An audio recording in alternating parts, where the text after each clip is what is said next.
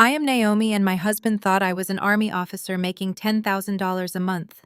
He had no idea I owned a cybersecurity firm earning $750,000 a year. While I was lying in a hospital bed recovering from a deployment, he dropped divorce papers on my lap. He said he was keeping our Atlanta home and the SUV. 3 days later, he married his mistress. On the fourth day, he called me in a panic begging for help.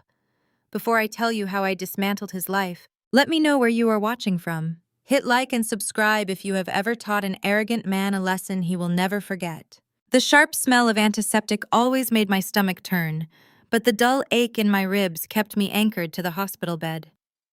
I was 28 and had spent the last 7 years building a dual life. By day, I wore my military uniform. By night, I quietly built Apex Cyber, a classified security firm holding contracts with massive financial institutions. I kept my wealth hidden. Growing up in the foster system, I learned early that money changes people. I wanted a husband who loved Naomi the soldier, not Naomi the millionaire. Marcus was a financial broker with a massive ego. We had been married for 3 years. He wore tailored suits, drove a luxury car I secretly paid for, and complained about my military deployments constantly. I thought his frustration came from missing me. I was completely wrong. The door to my hospital room swung open, hitting the wall with a loud thud. I expected to see a nurse. Instead, Marcus walked in. He did not bring flowers or ask about my fractured ribs. He did not even lean in for a greeting. He walked straight to my bed and tossed a thick manila folder directly onto my lap. I stared at the heavy legal document, then looked up at his perfectly groomed face. He was wearing a brand new designer suit. "Sign it," he said, checking his gold watch. "I am on a tight schedule today." I picked up the folder. The words, "Petition for Dissolution of Marriage," stared back at me. I felt a quick sting in my chest, but my military training pushed the emotion down immediately. "You are handing me divorce papers while I am hooked up to an IV monitor," I said, keeping my voice dangerously level. Marcus scoffed, adjusting his expensive cuffs. "Let us not do the whole dramatic abandoned wife routine, Naomi. We both know this marriage has been dead for months. You are always gone playing soldier in the dirt, and I need a wife who is actually present. I am keeping the Atlanta house and the SUV. Your $10,000 a month government salary is not going to cut it in court. You will never recover financially from a legal battle with me, so just sign the paper." Before I could respond to his sheer audacity, high heels clicked sharply against the linoleum floor. Harper stepped into the room. She was the sister-in-law of Marcus, a wealthy white woman married to his older brother. She had made it her personal mission to remind me of my place since the day I met their family. Harper thrived on subtle racial microaggressions. She stood next to Marcus, clutching her designer handbag, and looked at me with utter disgust. "Honestly, Naomi, you should be grateful Marcus is not asking for spousal support," Harper said, her tone dripping with fake Southern sweetness. "You need to know your proper place. This family requires a woman with elegance and a proper pedigree. Marcus needs someone who can host charity galas, not a loud black woman who is always wearing gritty combat gear and smelling like a training camp." I looked at Harper, noting her perfectly blown-out hair and the diamond tennis bracelet catching the fluorescent hospital light. For 3 years, I had bitten my tongue to keep the peace. I had smiled politely when she made snide comments about my natural hair. I had stayed silent when my mother-in-law Evelyn praised Harper while treating me like the hired help at Sunday church dinners. But sitting in that hospital bed, the illusion completely shattered. I did not feel heartbreak anymore. I felt profound liberation. "Who is the new elegant woman taking my place, Marcus?" I asked calmly. He smirked, leaning closer to the bed. "Vanessa," he answered. "She works at my firm, and she actually understands my world. In fact, we are getting married this weekend. So I need you to sign that document today. I have to go to a fitting for my wedding vest in an hour." I did not scream or cry. I reached over to my bedside table, picked up a blue pen, and flipped directly to the last page of the divorce document. I signed my name with smooth, deliberate strokes. "Here you go," I said, handing the folder back to him. Congratulations on the wedding. Marcus snatched the folder from my hand, looking momentarily surprised by my total lack of resistance. Smart girl, he sneered. Try not to end up homeless on your meager salary. Harper smiled condescendingly, linking her arm through his. They walked out together, completely unaware they had just sealed their own absolute destruction. The moment the heavy hospital door shut, I grabbed my laptop from the drawer. I logged into the master account for Apex Cyber LLC. The bright screen displayed an available balance of $4.5 million. My annual income was well past $750,000. I picked up my cell phone and dialed my lawyer. Marcus just dropped off the signed papers, I said coldly. He plans to keep the Atlanta house for his new bride. Does he know your company owns it? No, I smiled. Activate the eviction clause immediately. Throw them out. 3 days later, the grand ballroom of the Atlanta Biltmore Hotel was overflowing with white roses and crystal champagne flutes. Marcus had spared no expense for his wedding to Vanessa. He was using the credit lines he thought he still had, completely oblivious to the financial storm heading his way. The lavish venue was packed with members of his wealthy social circle and women from his mother's church board. I stood at the top of the grand staircase overlooking the reception. I was not wearing my combat uniform today. Instead, I wore a custom-tailored emerald green gown that swept the floor, paired with a diamond necklace that cost more than the catering budget for this entire event. I walked down the stairs slowly, making sure my presence was noticed by every single person in the room. The string quartet was playing softly, but the whispers started the moment people recognized me. Heads turned and glasses were lowered. It took exactly 45 seconds for my former mother-in-law to intercept me. Evelyn marched across the polished marble floor wearing an oversized lilac church hat and a face twisted with pure, unadulterated hatred. She moved with the entitled confidence of a woman who believed her position in the church gave her the right to judge everyone else. "What in the Lord's name are you doing here, Naomi?" Evelyn hissed, grabbing my arm and trying to pull me toward the exit doors. "You have some nerve showing your face at my son's wedding.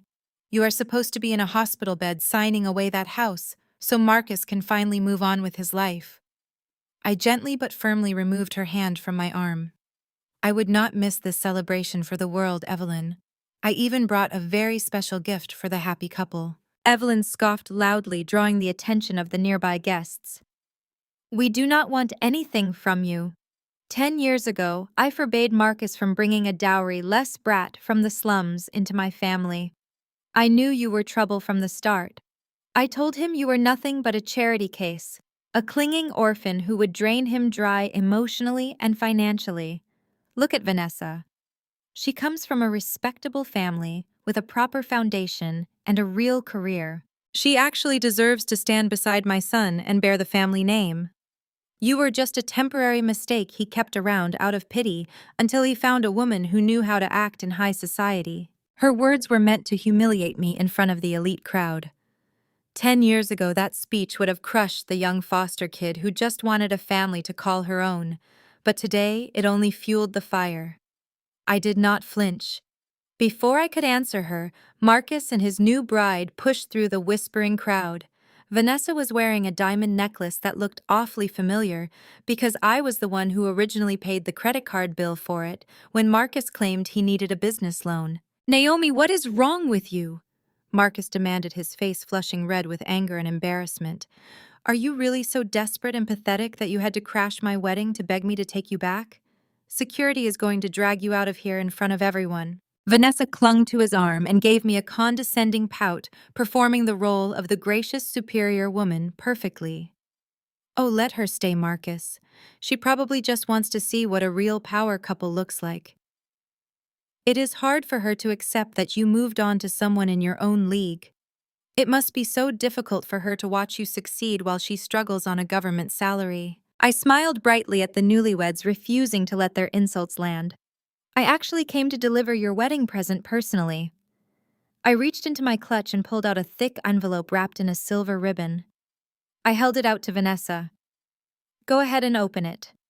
Consider it my contribution to your new life together." Marcus snatched the envelope before Vanessa could touch it, stepping in front of her protectively. He ripped it open with a triumphant smirk, expecting a check or a desperate pleading letter. His eyes scanned the first page and the color instantly drained from his face. His hands began to shake so violently the heavy legal papers rattled. "What is this, Marcus?" Vanessa asked, trying to read over his shoulder, her fake smile faltering. Before he could formulate an answer, a heavy, authoritative voice echoed behind me. "Marcus Coleman." I stepped aside to reveal Sheriff Davis, flanked by two uniformed deputies. I had arranged for them to wait in the lobby, and they timed their entrance perfectly. "Marcus Coleman, you are hereby served with an emergency eviction notice," the sheriff announced, his deep voice carrying over the suddenly silent ballroom. "You have exactly 2 hours to remove your personal belongings from the property on Oakwood Drive. Any attempt to enter the premises after that time will result in your immediate arrest for trespassing." The wedding guests gasped collectively. Evelyn clutched her chest, as if she was going to faint right there on the marble floor. Vanessa stared at Marcus in sheer horror, her manicured hands flying to her mouth. "What is he talking about, Marcus?" Vanessa demanded, her voice rising to a shrill, panicked pitch. "That is our new house. We are hosting the wedding brunch there tomorrow morning. My parents are staying in the guest suite." Marcus looked like he was suffocating. He glared at me, his eyes bulging with disbelief and rage. "You cannot do this, Naomi. My name is on that deed. I paid the mortgage every single month." I took a slow step forward, looking him dead in the eye.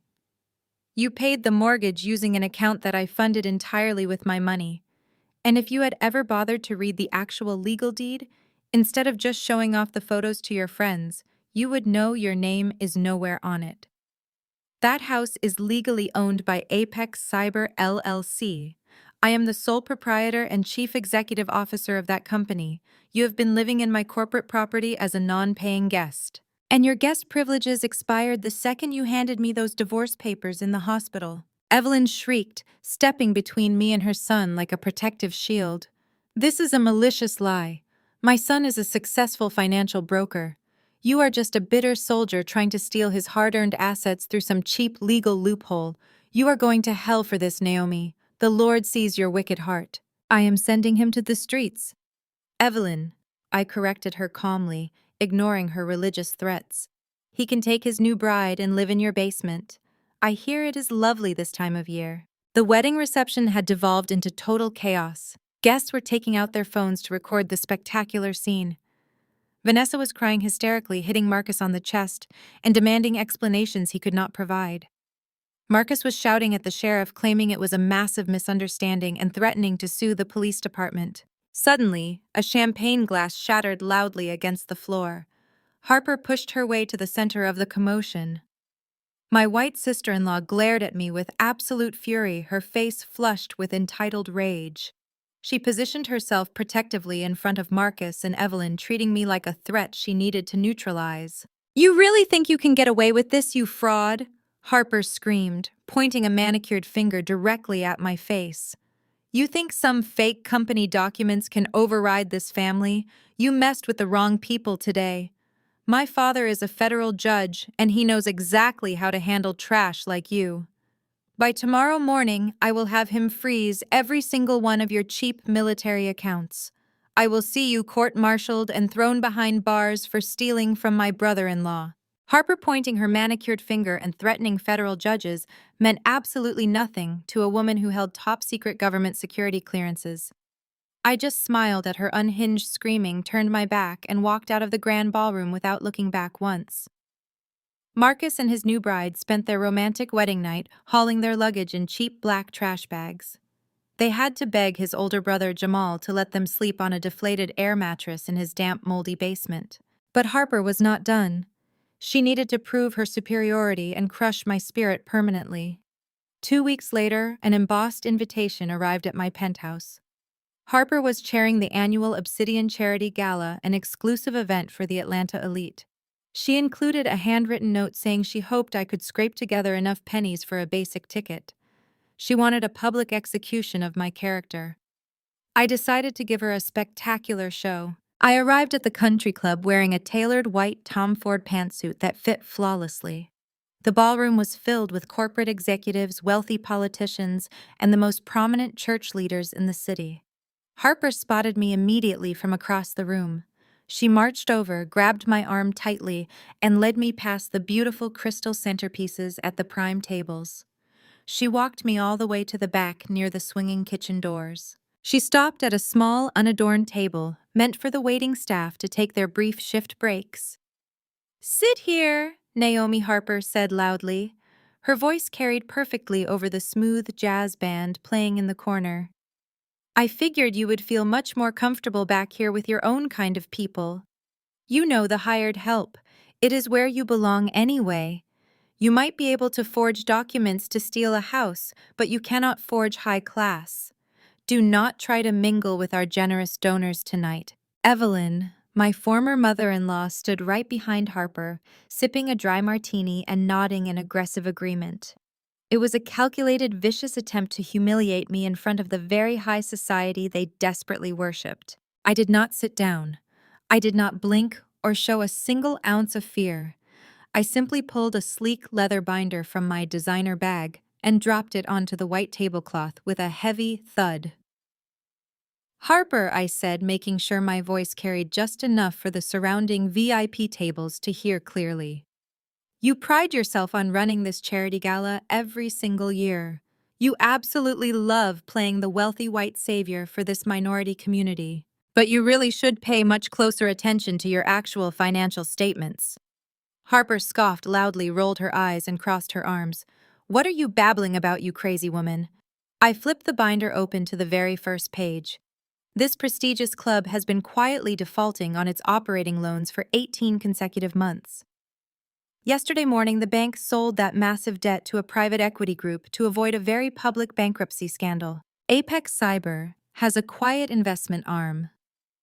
Harper, I bought the debt, all of it in cash. I own the financial markers on this very room you are standing in. I am your new landlord, and frankly, your charity fund is a complete disaster. It is bleeding cash incredibly fast. Evelyn gasped loudly and clutched her expensive pearl necklace tightly against her chest. Marcus, who had been lingering nearby, showing off his new wife Vanessa to his friends, marched over quickly when he heard the rising commotion. His face was bright red with sheer anger. "What malicious lies are you spreading now, Naomi?" he shouted, pointing a shaking finger directly in my face. "You are just bitter and making up wild stories because I left you for a much better woman." I smiled warmly and pulled out a highlighted bank statement from the leather binder. "I am just warning your sister-in-law about your very sticky fingers, Marcus." I turned my attention back to the horrified face of Harper. "Tell me, Harper, did you wonder why your youth education foundation was short exactly $40,000 last month?" Marcus was the trusted financial manager for your charity accounts. He routed that exact amount through a hidden shell company to pay for the massive diamond sitting on the left hand of Vanessa right now. He robbed your precious church charity fund to buy his mistress a wedding ring because his own credit cards were completely maxed out and declining everywhere. Harper froze completely in place. She slowly turned her head to look at the sparkling ring on the hand of Vanessa, then glared directly at Marcus with pure venom in her eyes. Evelyn dropped her martini glass. It shattered loudly against the polished marble floor, splashing expensive alcohol everywhere. Vanessa tried to hide her hand behind her back, her face turning pale as the surrounding wealthy donors began to whisper furiously among themselves. Marcus let out a guttural scream of pure, unadulterated rage. He lost all rational thought and lunged across the small table, his fist raised high to strike me right in the face. Before he could even swing his arm down, a deafening emergency ringtone echoed from his suit jacket pocket. It was his financial firm override line. The specific, terrifying ringtone they only used for catastrophic business events. He stopped dead in his tracks, his fist hovering awkwardly in the air. He pulled the phone out with shaking hands and answered it on speakerphone, by pure panic and accident. "Marcus, get to the office right now!" The frantic voice of his managing director screamed loudly through the phone speakers. "The entire network has been breached. We are locked out of every client account and millions of dollars are currently vulnerable. Get here now. If you are not here in 10 minutes, the federal authorities will call for your immediate arrest. Marcus lowered his phone slowly. The color completely drained from his face. He did not say another word to me. He did not even look at his new wife Vanessa or his furious sister-in-law Harper. He turned on his heel and sprinted out of the ballroom. I took a sip of my sparkling water and walked out into the cool Atlanta night, feeling absolute satisfaction. The very next morning, my phone rang right at 6 o'clock. It was Marcus. I let it ring 3 times before I finally answered. His voice was shaking with pure panic and desperation. "Naomi? Please, I need your help," Marcus begged through the receiver. "My company suffered a massive cyber attack last night. Everything is locked. Client portfolios are frozen and millions are inaccessible. The federal investigators are getting involved, and my managing director is threatening to hand me over to the authorities because the breach originated from my specific department." I kept my voice perfectly flat. "And why exactly are you calling me Marcus? Did you forget you just divorced me and married your mistress 3 days ago?" I know, he stammered. "But you work in military intelligence, right? You must know some low-level IT guys in the army who can trace a hack or unlock a server. I will pay them. I will pay you. Please, Naomi, I will go to federal prison if this system is not restored by noon." I smiled at my reflection in the penthouse mirror. I adjusted the collar of my crimson power suit. "Send me the address to your headquarters," I said smoothly. "I will be there in exactly 1 hour." When I arrived at the glass skyscraper, the atmosphere was tense. I bypassed the standard security desk and took the private executive elevator straight to the top floor.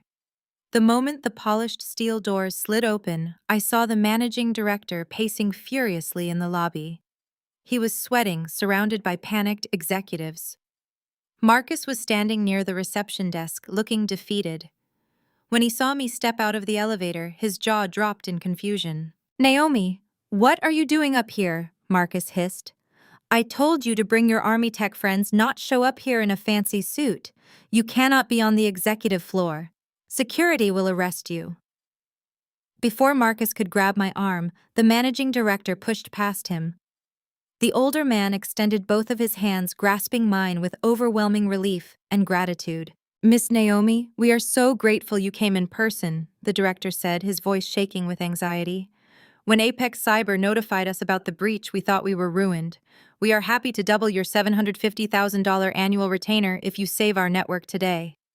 Marcus froze completely in place. He stared at the managing director and then stared at me. His brain short-circuited. "Wait, what are you talking about?" Marcus interrupted, his voice cracking. "She is not a cybersecurity executive. She is just my ex-wife. She is a low-ranking army officer who makes $10,000 a month." The managing director glared at Marcus with utter disgust.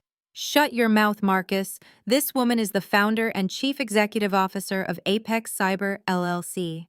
She holds the highest security clearance, and she personally designed the firewall that protects our banking infrastructure." I walked past Marcus without giving him a single glance. I stepped into the glass conference room and opened my laptop, connecting it to their main projection screen. I typed a rapid sequence of commands. The red warning screens vanished, replaced by a calm green system restored notification. The executives let out a sigh of relief. It was not an external hack, I announced. It was a targeted internal security lockdown that I personally triggered last night. The managing director looked confused. "Why would you lock down our entire system, Miss Naomi?" I reached into my briefcase and pulled out a dossier. I slid it across the long mahogany table. "Because my monitoring software detected massive internal financial anomalies originating from one specific terminal. I locked the system to prevent a federal crime." I pointed my finger right at Marcus. "For the past 2 years, broker Marcus Coleman has been using company computers to launder stolen funds. He skimmed micro percentages off your wealthiest clients and routed them through offshore shell accounts to fund his lavish personal lifestyle. The proof is there in black and white." The director flipped through the pages. He slammed his fist onto the table. "Marcus, you are finished. Not only are you fired, but I am handing this entire file over to the federal authorities today. Security, get this criminal out of my sight right now." Two security guards grabbed Marcus by his arms. He screamed and kicked as they dragged him out of the conference room. "You set me up, Naomi," he shrieked. "You ruined my life." I sat back down at the conference table, opening a diagnostic to clear the network. As I decrypted the personal folders on the terminal Marcus used, I noticed a string of text messages. He was using a disguised chat application to hide communications. The messages were not about money. They were from his new wife, Vanessa. I ran a decryption key, and the text logs populated on my screen. My eyes widened as I read the explicit romantic messages. Vanessa was having a secret affair. She was not sleeping with a random stranger. She was sending intimate photos and planning hotel meetups with Jamal, the older brother of Marcus and the husband of Harper. Harper had spent years tearing me down, acting like she was untouchable and superior. She prided herself on having the perfect marriage and the most respected family in Atlanta. I smiled, downloading the chat history onto a secure flash drive. Her perfect little world was just about to shatter into a million pieces. I slid the secure flash drive into my pocket, feeling the weight of the digital explosion I now carried. I did not release the information right away. A good strategist knows that patience is the ultimate weapon. I wanted Marcus to sit in his failure. I wanted Vanessa to squirm in her new impoverished reality. And most importantly, I wanted Harper to continue parading around high society, completely unaware that her perfect marriage was a disgusting lie. I left the financial building and took my private car back to my new residence. I had just purchased a stunning penthouse in Buckhead, occupying the entire top floor of a glass tower. The floor-to-ceiling windows offered a panoramic view of the Atlanta skyline. It was a massive upgrade from the modest house I had shared with Marcus. I poured myself a glass of expensive red wine and stood by the window watching the city lights flicker to life. For the first time in years, my home felt completely clean. There were no arrogant complaints, no demands for money, and no toxic in-laws breathing down my neck. But peace never lasts long when you are dealing with the Coleman family. 2 days later, my building concierge called my secure line. His voice was laced with polite panic. He informed me that an older woman wearing a lavish church hat was causing a massive disturbance in the lobby, demanding to be led up to my floor. She was threatening to call the local news stations and stage a religious protest right by the front doors. I knew exactly who it was. I told the concierge to send her up. I figured it was time to put the final nail in the coffin. The private elevator chimed and the polished steel doors slid open directly into my living room. Evelyn marched out, her heavy heels clicking aggressively against my imported hardwood floors. She looked around the massive luxury penthouse, her eyes widening for a brief second before twisting into a familiar mask of bitter resentment. She was clutching a large, worn leather Bible against her chest like a shield. She stomped over to where I was sitting. "You are a wicked, deceitful woman, Naomi," Evelyn barked, pointing a shaking finger at me. "You sat in my church pew for 3 years, playing the role of a humble, struggling soldier. You watched my son work his fingers to the bone to provide for you. You hid your millions like a greedy serpent. And now you have the absolute audacity to leave him with nothing while you live up here in this sinful palace." I took a slow sip of my coffee, remaining seated on my velvet sofa. "Your son never provided for me, Evelyn. I paid for the house. I paid for his luxury car. I even paid for the expensive suits he wore to church so he could impress your shallow friends. Marcus is exactly where he belongs. He is bankrupt and unemployed because of his own criminal greed." Evelyn slammed her heavy Bible down onto my glass coffee table with a loud thud. "The Lord commands a wife to submit to her husband and share her worldly possessions. You are punishing Marcus because he found a better woman. You are using your deceitful wealth to ruin his reputation. I demand that you reinstate his access to your bank accounts immediately. You owe him half of your company. He is legally entitled to the lifestyle he was accustomed to. You are going to pay his rent, and you are going to apologize to his new wife for harassing them at their wedding." I actually laughed out loud. The sound echoed through the massive penthouse. You came to my home to demand that I fund the lifestyle of your son and his mistress. You really are completely delusional, Evelyn. But since you are so concerned about the sanctity of marriage and the beautiful new bride your son chose, I have something you really need to see. I stood up, walked over to my marble kitchen island, and picked up a thick manila envelope. I had printed the decrypted chat logs and the security camera photos I pulled from the hotel network, where Vanessa and Jamal had their secret rendezvous. I walked back to Evelyn and tossed the envelope onto the glass table, right next to her heavy Bible. Go ahead and open it, I said coldly. Consider it my final donation to your family. Evelyn glared at me, her chest heaving with indignation. She snatched the envelope and ripped it open. She pulled out a stack of high-resolution 8 by 10 photographs.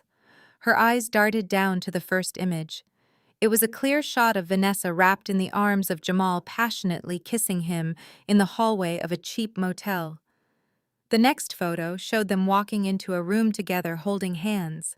The text logs attached detailed their explicit plans and mocked Marcus for being a blind, arrogant fool. The color drained from the face of my former mother-in-law so fast she looked like a ghost. Her hands began to tremble violently. The glossy photographs slipped from her fingers and scattered across the glass table. She grabbed the edge of the sofa, her breathing becoming shallow and ragged. Your precious golden boy is busy raising the mistress of his older brother, I whispered, stepping closer to her shaking frame. Vanessa has been sleeping with Jamal for 6 months.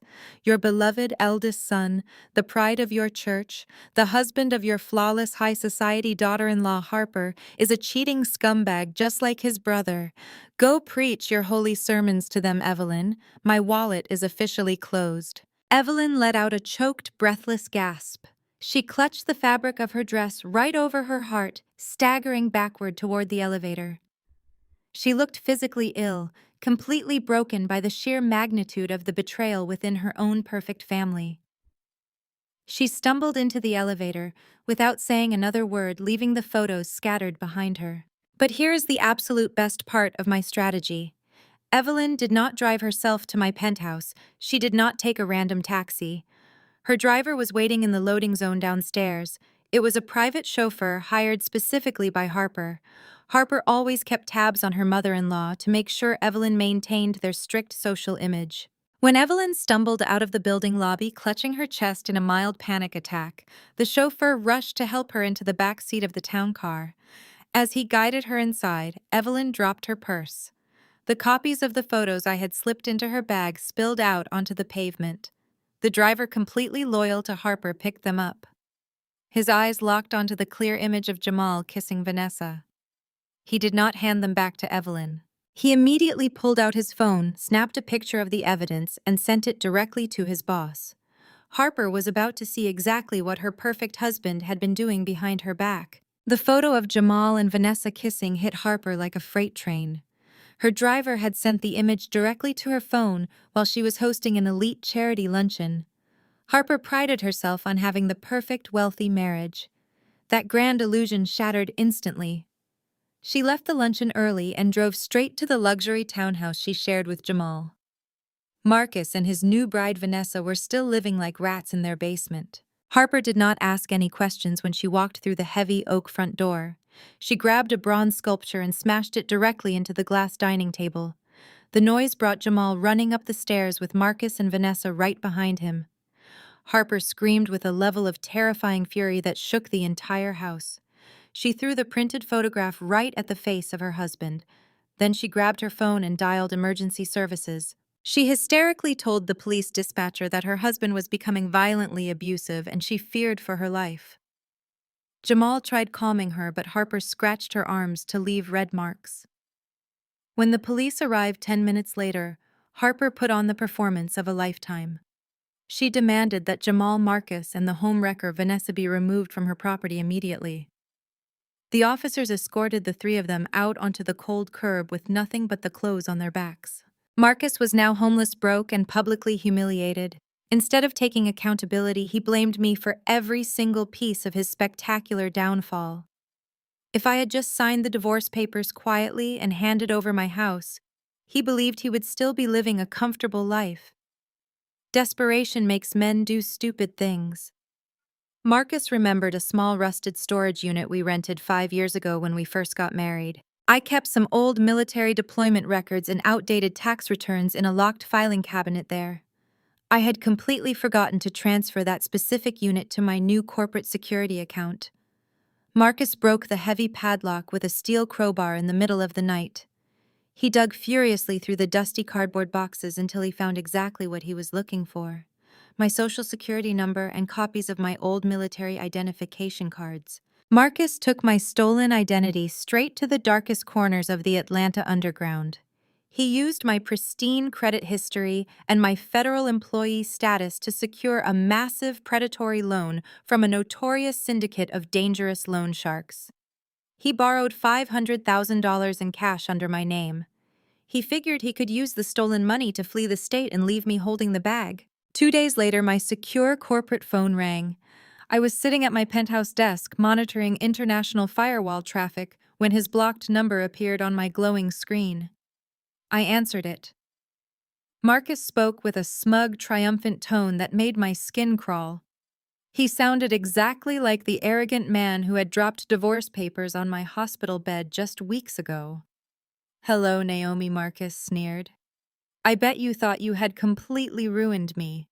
But you forgot how smart I actually am. I have a massive problem, and you are going to pay to fix it." I leaned back in my leather ergonomic chair. "What are you talking about, Marcus?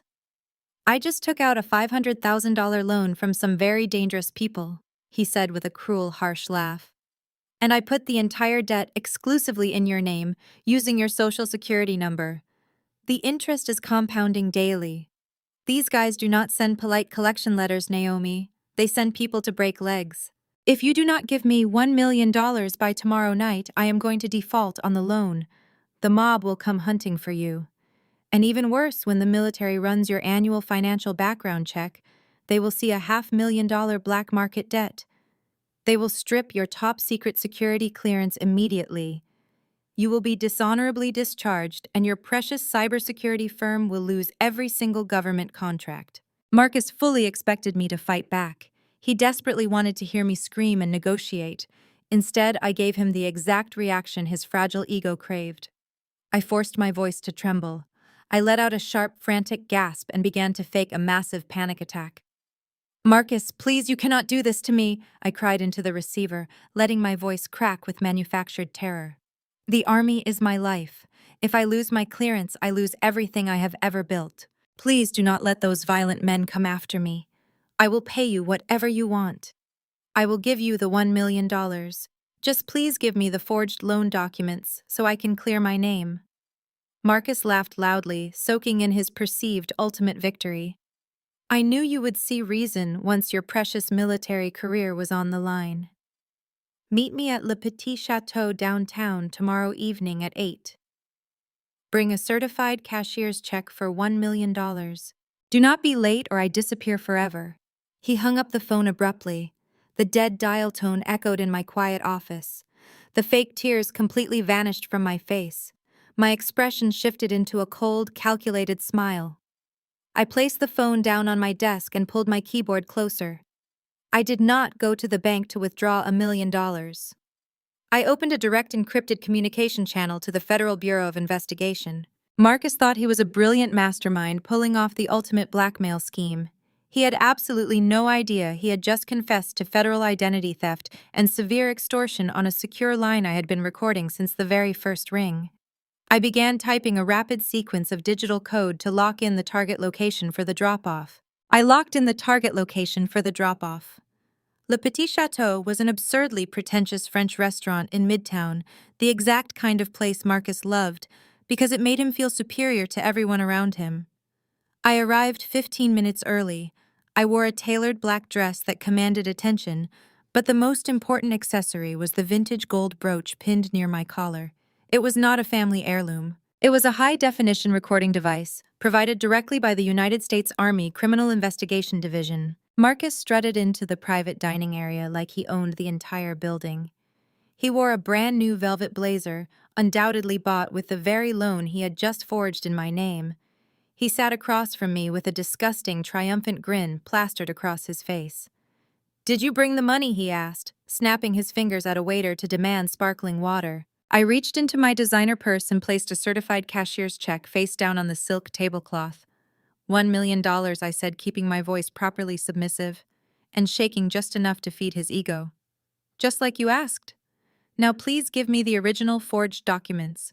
If my commanding officer finds out about that $500,000 debt, my clearance is permanently gone." Marcus snatched the check and flipped it over.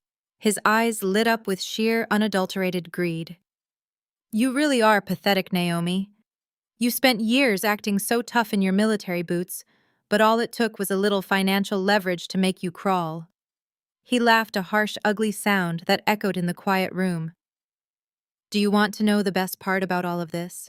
Forging your signature was incredibly easy. You always rush your last name.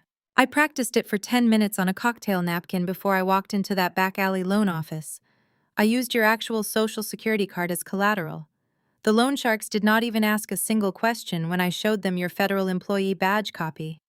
You made it entirely too easy for me." "So you fully admit you committed federal identity theft?" I asked clearly, ensuring the hidden microphone captured every single syllable. "I admit that I am infinitely smarter than you," Marcus sneered, folding the $1 million check and sliding it into his expensive jacket pocket. "I just secured a massive payday and left you with a violent mob debt. You are going to be paying off my loan for the rest of your miserable life while I sip champagne on a private island with Vanessa. You lose, Naomi. You will always be a loser." "I do not think so," I replied calmly. I reached up and tapped the center of my gold brooch twice. That was the tactical signal.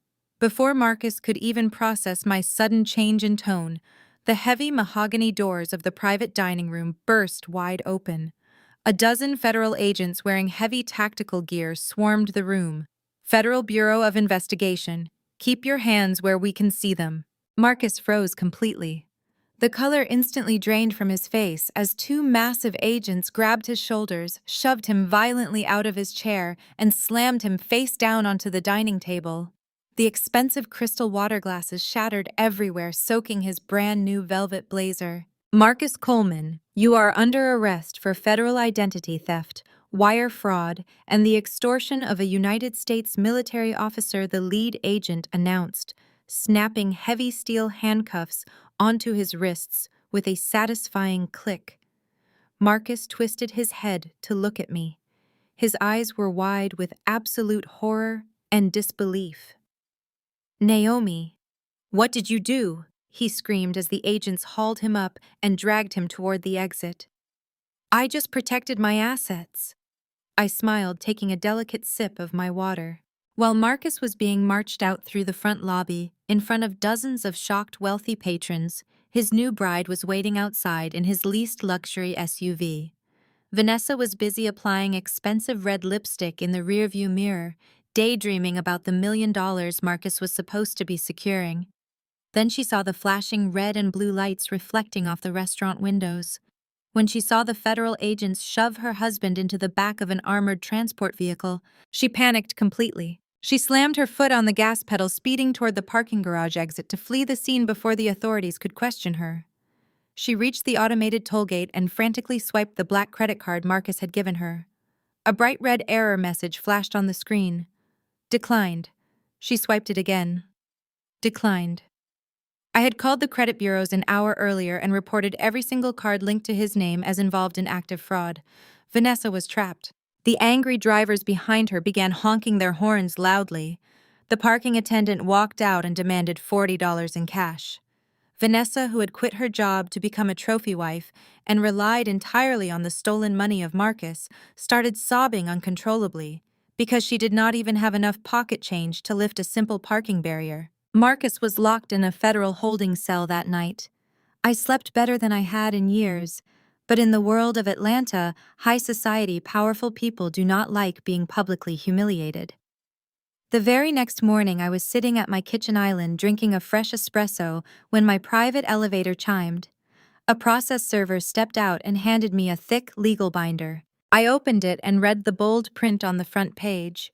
It was a massive civil lawsuit. Harper had run crying to her father. The powerful, connected white federal judge was officially stepping into the ring. He was suing me in civil court for marital asset fraud, claiming I had illegally hidden my $750,000 salary to maliciously bankrupt his future brother-in-law. The elite establishment was trying to use the legal system to steal my hard-earned money and save their golden boy.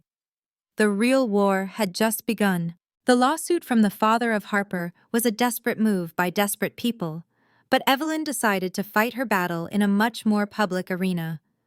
2 days after Marcus was arrested, the alarms in my corporate lobby went off. I watched from my penthouse office monitors as Evelyn marched through the revolving glass doors of Apex Cyber. She was not alone. She had brought 6 of the highest-ranking elders from the First Zion Baptist Church. 2 of them were unrolling a massive painted banner that read, "Naomi Coleman is a wicked Jezebel who destroyed her innocent husband." Evelyn stood in the center of my immaculate lobby, wearing a rigid purple suit and pointing her finger at the security guards. She demanded that everyone in the building hear the truth about the heartless woman running this company. I took the private elevator down to the lobby. The moment the polished doors opened, Evelyn turned her vicious gaze toward me. "I exposed your wretched mother to the entire congregation 20 years ago for her sinful ways."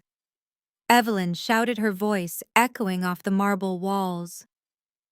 "I stood at the pulpit and told the whole church that a woman who cannot keep a man has no place in the house of the Lord. I should have known the apple does not fall far from the rotten tree. You are just like her, Naomi. You threw my beautiful boy into a federal holding cell out of pure spite and greed. You stole his money and framed him. I brought the elders here today, so your employees and clients know they are working for the devil herself." The church elders stood behind her with their arms crossed, looking at me with righteous judgment. They were men who commanded immense respect in the Atlanta community. Evelyn thought bringing them here would intimidate me into dropping the charges against Marcus and surrendering my wealth to the family. She thought I was still that terrified little foster girl shivering in the back pew while the church ladies whispered about my broken family. She had completely underestimated the woman standing in front of her today. "You are right about one thing, Evelyn," I said, walking slowly toward the center of the lobby. "My mother did not have a dime to her name when you publicly humiliated her in front of the entire congregation.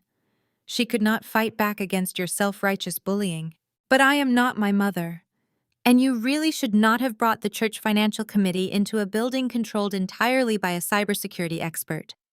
I pulled a small black remote from my blazer pocket and pressed a single button. The massive 50-foot digital display wall behind the reception desk instantly shifted. The corporate logo of Apex Cyber vanished. In its place, a highly detailed spreadsheet appeared in bright, bold letters. It was the official ledger for the First Zion Baptist Church Building Fund. The elders turned around to look at the screen. Their expressions shifted from righteous anger to absolute confusion. For the past 5 years, the congregation has been donating heavily to renovate the community center. I announced, my voice carrying clearly across the room. "But the roof is still leaking and the children still do not have a safe place to play. Do you want to know why, Pastor Thomas?" I pressed the button again. A series of highlighted offshore bank transfers and luxury retail receipts flooded the screen. Evelyn has been the head treasurer of the building fund for exactly 5 years. I continued pacing in front of the massive display. She has been systematically embezzling those sacred donations. Look at the screen, gentlemen. $10,000 diverted to buy that purple designer suit she is wearing right now. $40,000 routed through a dummy corporation to pay off the gambling debts of Marcus. Another $15,000 spent on exotic vacations and high-end luxury bags. She stole over $250,000 from the collection plates to fund the pathetic lifestyle of her cheating son and to make herself look like a queen in the neighborhood. Evelyn gasped, dropping her designer handbag. The blood drained from her face as she stared at the irrefutable proof of her federal crimes displayed for the entire lobby to see. Pastor Thomas stepped forward, his face shaking with absolute fury. "You stole from the house of the Lord, Evelyn," he bellowed, his voice cracking with profound betrayal. "You stole from the children. Someone call the Atlanta police right now. Do not let this woman leave the building. Evelyn stumbled backward, hyperventilating as the elders surrounded her, blocking her path to the revolving doors. She looked around frantically for an escape route. The holy and untouchable matriarch was suddenly reduced to a common thief trapped in a cage of her own making. Her entire social standing evaporated in an instant. Before the security guards could even dial the police, the heavy glass doors burst open. Vanessa stumbled into the lobby, looking completely unhinged. She was wearing dirty sweatpants, her hair was a tangled mess, and she was sporting a massive, very obvious baby bump. She ignored the screaming elders and locked her desperate eyes directly on me. "You cannot freeze the accounts," Vanessa shrieked at the top of her lungs, gripping her pregnant belly with both hands. "I am carrying the sole heir of the Coleman family. You cannot touch our assets. I demand my share of the money right now." I stared at the chaotic scene unfolding in my beautiful corporate lobby. The arrogant mother-in-law was crying and begging the furious church elders for mercy. The deceitful mistress was screaming about a non-existent inheritance while carrying a child that belonged to the brother of her husband. The Coleman family was tearing itself apart piece by miserable piece. I did not even have to lift a finger to destroy them. They had done it themselves. The circus of the Coleman family could not be contained in my lobby for long. After Vanessa faked a panic attack and clutched her pregnant stomach, Evelyn scrambled to maintain her twisted sense of family legacy. She dragged Vanessa to the exclusive VIP maternity ward of the Atlanta Medical Center. Evelyn used the last functioning credit card she possessed to secure a private suite. She desperately wanted to protect what she believed was the sole heir to the Coleman bloodline. Jamal, the cowardly older brother, was forced out of hiding when Vanessa threatened to call his office and expose their affair. I did not stay behind at Apex Cyber. I ordered my driver to follow them to the clinic because I carried a medical file that was about to detonate their reality completely. When I arrived at the luxury hospital wing, I did not announce myself immediately. I stood quietly just outside the cracked door of the private suite, listening to the bitter, vicious warfare echoing from inside. Harper had successfully tracked the location of her husband. She paced the hardwood floor of the hospital room in her designer heels, looking at Vanessa with a level of pure aristocratic disgust that made my stomach turn. Harper was completely unhinged. She pointed a sharp, manicured finger directly at the terrified face of Vanessa. "You are nothing but a cheap, opportunistic streetwalker," Harper hissed, her voice vibrating with toxic elitism.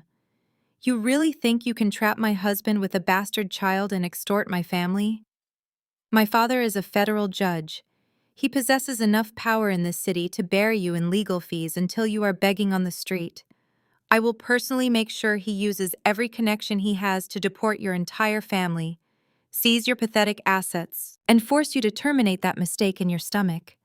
You are going to take a small cash settlement, disappear from Atlanta forever, and never speak the name of my husband again." Evelyn sat weeping in the corner of the room, completely paralyzed.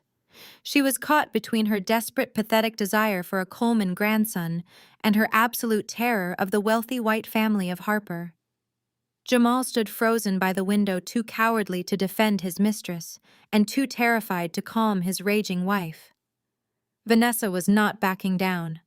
She sat up in her hospital bed and screamed right back at Harper, demanding a $2 million trust fund from Jamal to keep her mouth shut about their disgusting 6-month affair. I decided they had argued enough.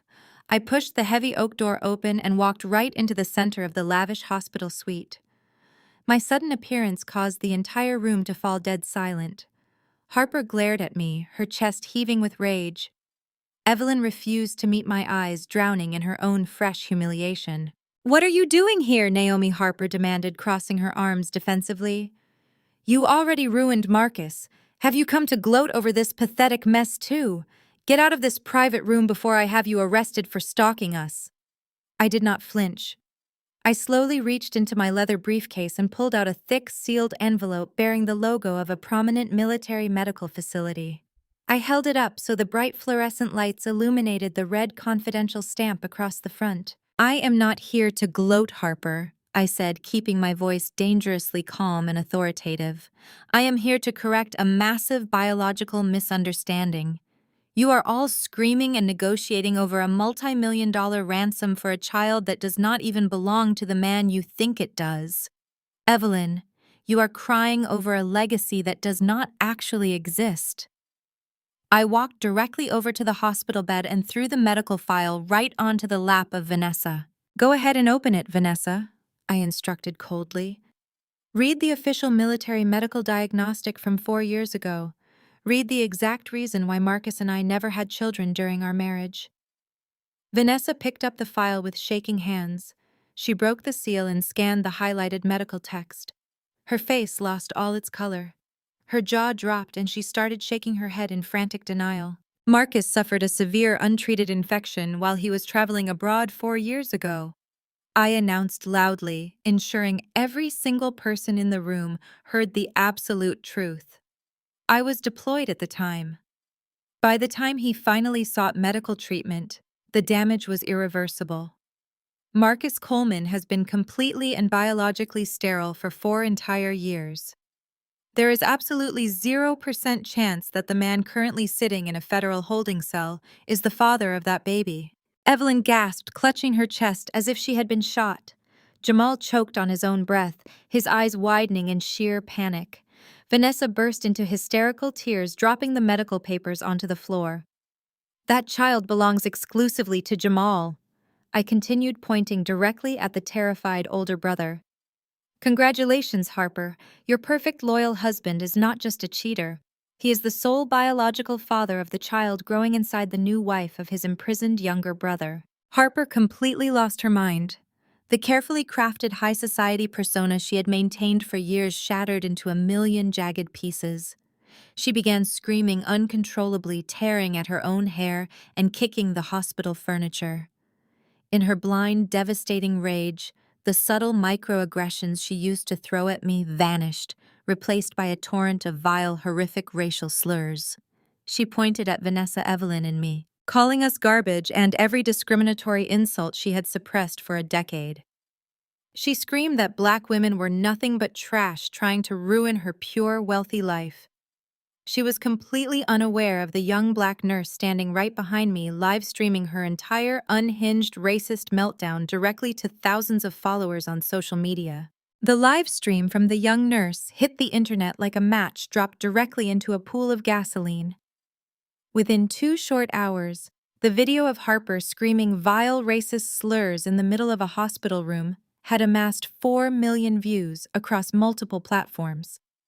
The carefully manicured image of the wealthy, benevolent white savior completely evaporated into thin air. Local news stations picked up the raw footage by the evening broadcast, making it the top story in the state. Corporate sponsors scrambled frantically to publicly sever all ties with her precious charity foundation. Harper was no longer the untouchable queen of Atlanta high society. She was a national disgrace. She locked herself securely inside her massive luxury townhouse, while protesters gathered on her pristine front lawn, holding handmade signs demanding immediate public accountability and swift justice. But true systemic power rarely goes down without a massive, destructive fight. The very next morning, the powerful federal judge stepped into the arena to protect his precious daughter. He utilized every single political favor he had accumulated over a 30-year career on the bench. He ordered the local police department to surround the house of Harper for her physical protection. Then he aimed his absolute, unadulterated fury directly at me. He could not easily punish the anonymous nurse who posted the video, so he decided to destroy the woman who orchestrated the hospital confrontation. My corporate legal team received a terrifying federal injunction before noon. The judge was officially threatening to prosecute me for felony wiretapping and illegal surveillance. He claimed I had maliciously orchestrated a coordinated digital attack against a private citizen to ruin her life. The legal threats were just the opening salvo in his war. By 1 o'clock in the afternoon, the private phone lines in my executive office began ringing incessantly. The judge was actively using his immense influence in the financial sector to completely paralyze my business operations. 2 major regional banks called my managing partners to place our multi-million-dollar cybersecurity contracts on immediate administrative hold. A large defense contractor sent an urgent email citing sudden severe concerns about our corporate liability and moral character. The wealthy white establishment of Atlanta was circling the wagons to protect one of their own. They wanted to starve my company of capital and force me to submit to their authority. They wanted the arrogant black woman to learn her proper place in their established social hierarchy and beg for mercy. My executive team panicked completely. They rushed into my glass corner office, holding printed cancellation notices and demanding we draft a public apology to appease the angry judge. I stood by my window looking down at the bustling city streets below. I did not feel a single ounce of fear or intimidation. I turned to my lead digital forensics director with a calm, steady gaze. I told him to completely ignore the bleeding contracts and the federal injunctions. I did not want a defensive legal strategy because playing defense means you are already losing.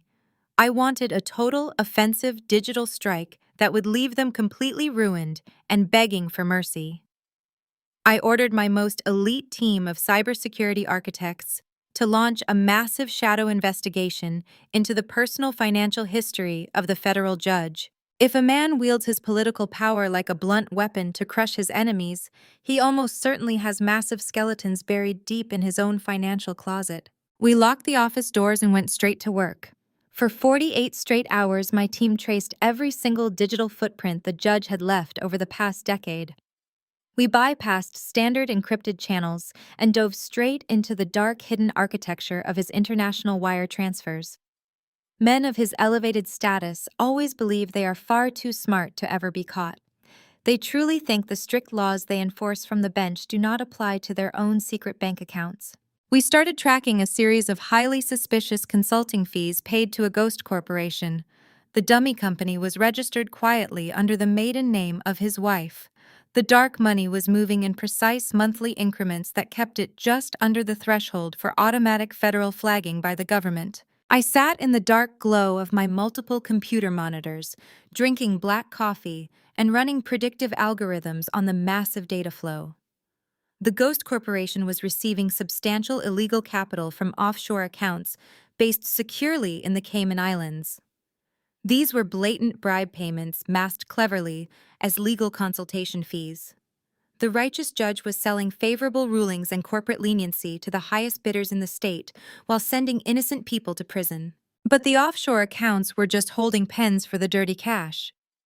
To bring the illicit money back into the United States, the corrupt judge urgently needed a highly reliable domestic financial institution fully willing to quietly clean the massive funds and smoothly integrate them into completely legitimate investment portfolios without asking any bothersome questions. I ran a final aggressive decryption sequence on the primary routing numbers handling the domestic transfers. The green progress bar flashed rapidly across my screen, analyzing thousands of complex financial nodes and hidden transaction receipts. When the final routing identifier populated on my main monitor, I actually laughed out loud in the empty office. The sheer poetic justice of the situation was absolutely beautiful and terrifying. The domestic financial firm actively laundering the offshore bribe money for the corrupt federal judge was none other than the exact same wealth management group that had just fired Marcus. The disgraced ex-husband, currently sitting in a miserable jail cell, had been an expendable pawn in a massive federal money laundering operation controlled by the father of Harper. The elite family that tried to destroy me was deeply tied to a massive criminal enterprise. I now held the ultimate digital keys to completely dismantle their illicit kingdom and watch them burn. The massive architecture of the Fulton County Civil Courthouse felt incredibly heavy, with the specific kind of tension that only deep systemic corruption can bring. I walked straight into courtroom 4, wearing a sharp charcoal gray tailored suit. I carried a single leather briefcase. Across the aisle sat the legal team paid for by the powerful federal judge who happened to be the father of Harper. He could not preside over the case himself due to an obvious conflict of interest, but he had pulled enough political strings to ensure his closest golfing buddy, Judge Harrison, was sitting on the bench today. The heavy wooden doors at the back of the courtroom swung open. 2 federal marshals escorted Marcus inside. Despite currently facing 8 years in federal prison for identity theft and wire fraud, my ex-husband strutted down the center aisle like he had just won the lottery. He was wearing a freshly pressed navy blue suit, no doubt smuggled in by his desperate legal team to make him look like a respectable businessman instead of a federal inmate. Marcus actually smirked at me as he took his seat at the plaintiff table. He firmly believed the wealthy white establishment of Atlanta was going to hand him exactly half of my $4.5 million corporate fortune. The gavel slammed down and the blatant theater performance immediately began. From the very first minute, Judge Harrison made his absolute bias crystal clear.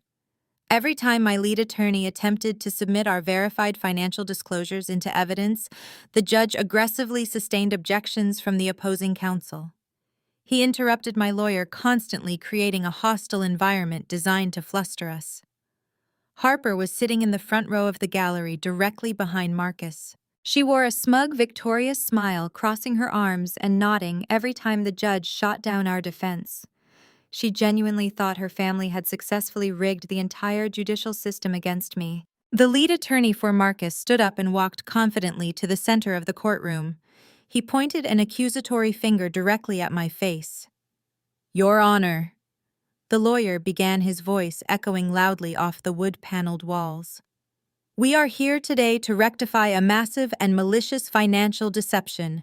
For 3 entire years, my client Marcus Coleman was the sole provider for his household. He worked grueling hours at a demanding financial firm, making exactly $10,000 a month. He paid the mortgage. He bought the expensive groceries. He provided a highly comfortable life for a woman he truly believed was a struggling military officer." The lawyer paced back and forth, building his dramatic narrative for the silent courtroom. Meanwhile, Naomi Coleman was secretly operating a highly lucrative private cybersecurity firm. She intentionally hid a staggering annual income of $750,000 from her devoted husband. She deliberately allowed him to drain his own personal bank accounts to support her, while she selfishly hoarded millions of dollars in secret corporate holding companies. She exploited his labor, his trust, and his unconditional love. We are simply asking the court to grant Marcus his rightful 50% share of the marital assets that were maliciously hidden from him during their legal union. Marcus nodded enthusiastically, along with his high-priced lawyer, looking incredibly pleased with himself and his fabricated narrative. He leaned back in his heavy wooden chair, shooting me a look of pure arrogant triumph. He really thought he had me backed into an inescapable corner today. He thought the rigged judge and the elite lawyers were going to force me to write him a massive check for $2 million. He actually thought he could use my hard-earned corporate money to pay off his severe federal restitution, erase his mounting debts, and essentially buy his way out of a lengthy federal prison sentence. I sat perfectly still at the defense table. I did not glare or frown or show a single ounce of frustration or fear. In the military, you learn that when your enemy is walking directly into a deadly minefield, you absolutely do not interrupt them. You let them take that final fatal step. I let the opposing counsel finish his entire fabricated story. I let the corrupt judge nod in sympathetic agreement with Marcus. I let Harper whisper excited, triumphant comments to the wealthy women sitting next to her in the crowded gallery. I waited patiently until the absolute peak of their collective arrogance completely filled the entire courtroom space. I leaned slightly toward my lead defense attorney and gave him a slow, deliberate nod. It was the tactical signal we had carefully discussed before arriving. My lawyer, a brilliant litigator who specialized in high-asset corporate divorces, stood up gracefully. He did not look flustered by the aggressive judge. He did not look intimidated by the powerful political family actively backing Marcus. He simply smiled, confidently opened his leather briefcase, and pulled out a single pristine document file. "Your Honor," my attorney said, his voice calm and commanding, shattering the smug atmosphere of the courtroom. "The plaintiff has just spent 20 minutes giving a very passionate speech about the equitable division of marital assets and the alleged exploitation of his profound trust. However, this entire civil lawsuit is completely baseless. We would like to submit Defense Exhibit A into the official court record right now." My lawyer walked forward and handed a crisp folder to the bailiff. The document inside featured a bright red notary seal and a bold, unmistakable signature at the very bottom of the heavy page. Your Honor. My attorney continued, locking his eyes directly with the sudden absolute panic appearing on the face of Marcus. We respectfully submit the fully authenticated legally binding prenuptial agreement signed voluntarily by both parties exactly 5 years ago. I direct the attention of this court specifically to clause number 4, which completely, permanently, and retroactively nullifies every single financial claim Marcus has maliciously presented today. The entire courtroom fell dead silent. Marcus stared at the document in the hands of the bailiff with absolute bewilderment. His arrogant smirk completely vanished. He leaned over to his high-priced lawyer and began whispering aggressively. "I never signed a prenuptial agreement," Marcus shouted. "She forged my signature. I would never sign away my rights. Your Honor, my client did not forge a single thing. 5 years ago, before her first major overseas military deployment, she presented Marcus with a thick stack of legal documents. She explicitly told him they were comprehensive life insurance policies and emergency beneficiary forms required by the Department of Defense. Marcus was too arrogant to read anything that did not benefit him. He simply grabbed a pen and signed where the sticky notes told him to. My lawyer walked over to the plaintiff table and slid a certified copy of the document right under the nose of Marcus. Buried on page 42 was an ironclad prenuptial agreement. It clearly stipulates a total and permanent separation of all personal and corporate assets. What Naomi earns belongs exclusively to Naomi. There will be no alimony and no division of business holdings awarded under any circumstances. Marcus turned pale. His hands trembled as he saw his own signature staring back at him. He signed away his right to my millions. The lawyer representing Marcus scrambled to his feet desperately. Your Honor, this is highly deceptive, the opposing counsel argued. Even if this highly questionable agreement stands, my client still contributed massively to the marital estate. Marcus bought luxury vehicles. He purchased expensive imported watches.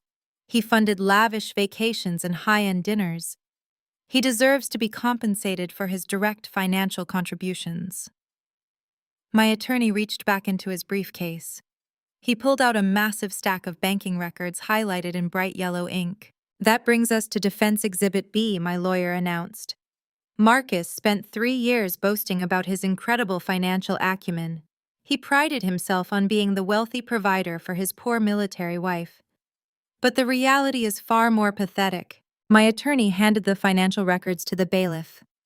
Marcus was a terrible financial broker. His commissions barely covered his own living expenses. To prevent him from feeling inferior, Naomi set up an automated ghost account.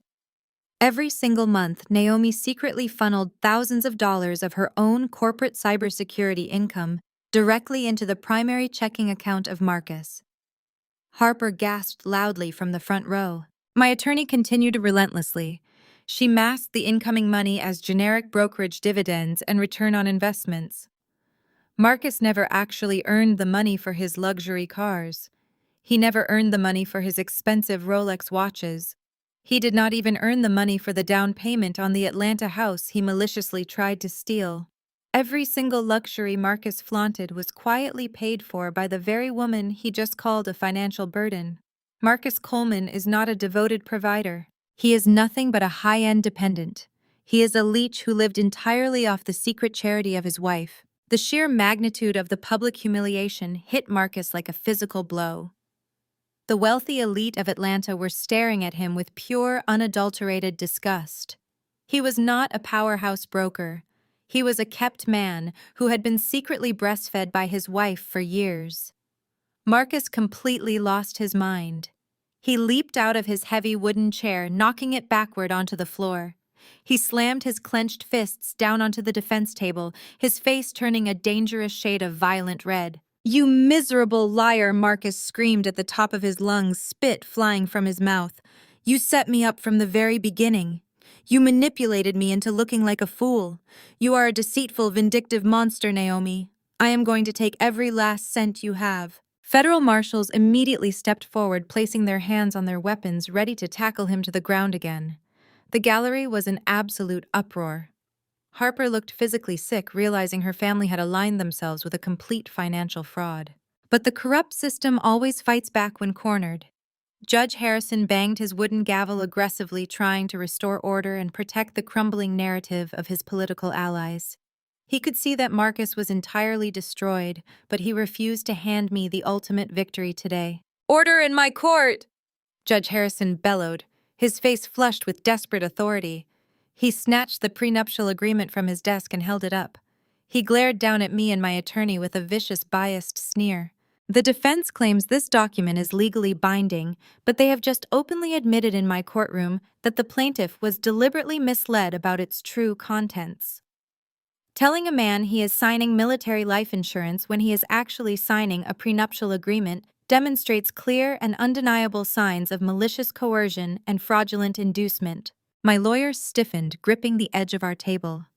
"Your Honor, the document is properly notarized, and the plaintiff had every legal opportunity to read it before signing." "I do not care about your excuses, counselor," the corrupt judge interrupted loudly, slamming his gavel down again to drown out our defense. "This court will not validate a deceptive financial ambush. I am declaring an immediate halt to these proceedings. I demand a full extensive recess and a comprehensive independent investigation into the validity of this highly suspicious contract.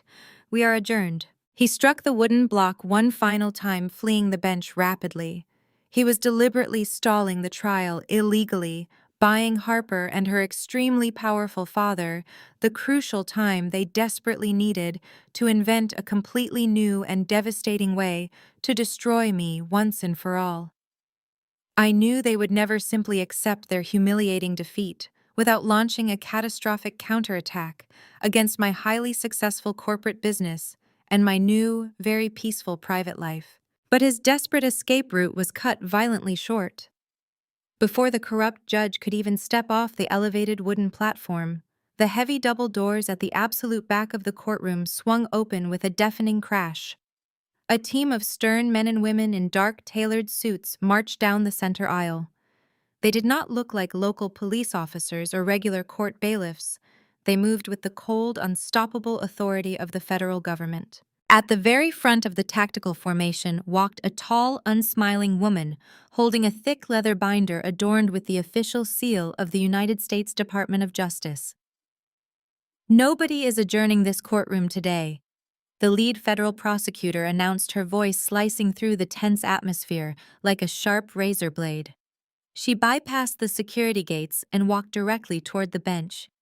Judge Harrison froze completely in place, his face losing all of its arrogant color. "Excuse me, who do you think you are interrupting an active civil proceeding?" the judge demanded, though his voice shook noticeably. The prosecutor flashed her federal identification badge.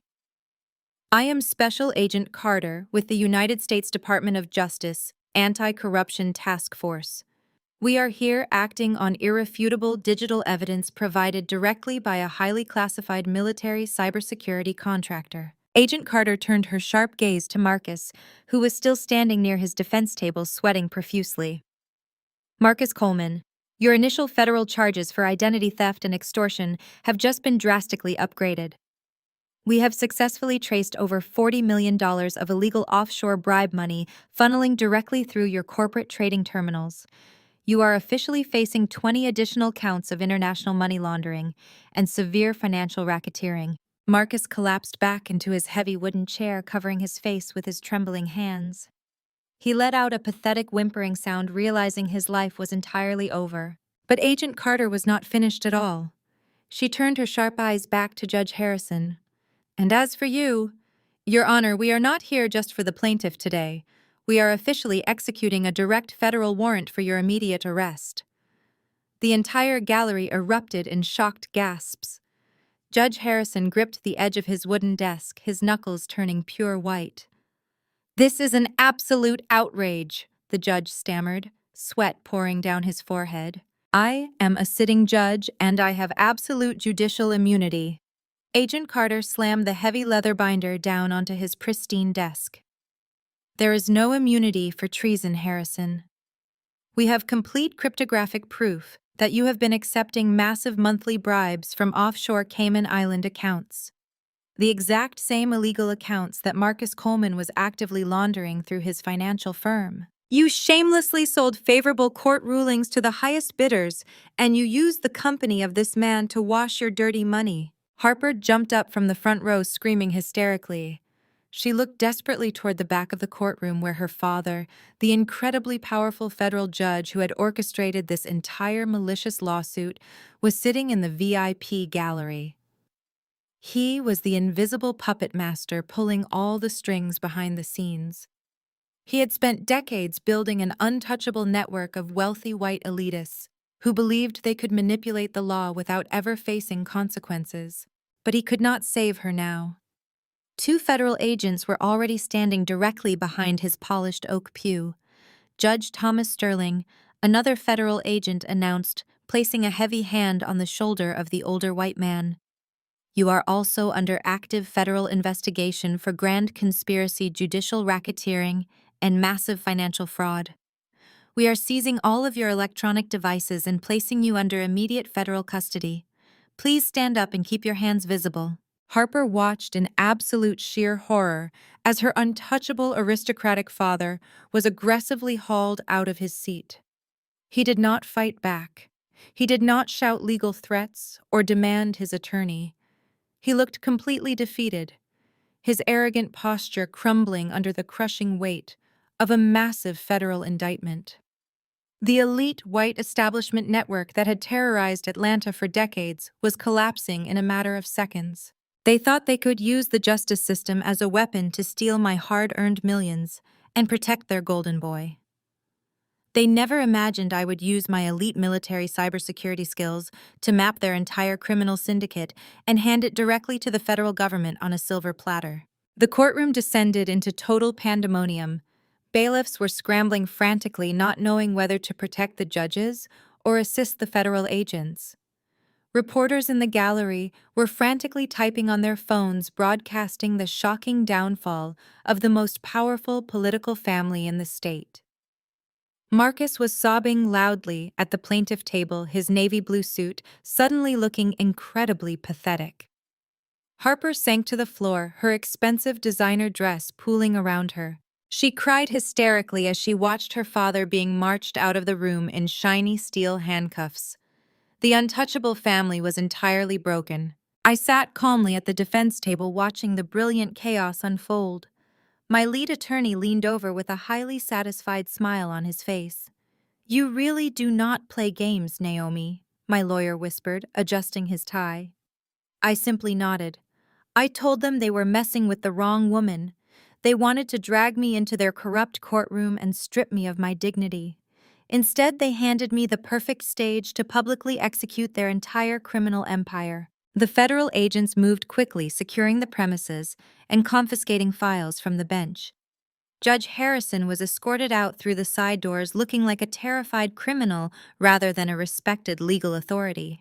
The sheer poetry of the moment was breathtaking.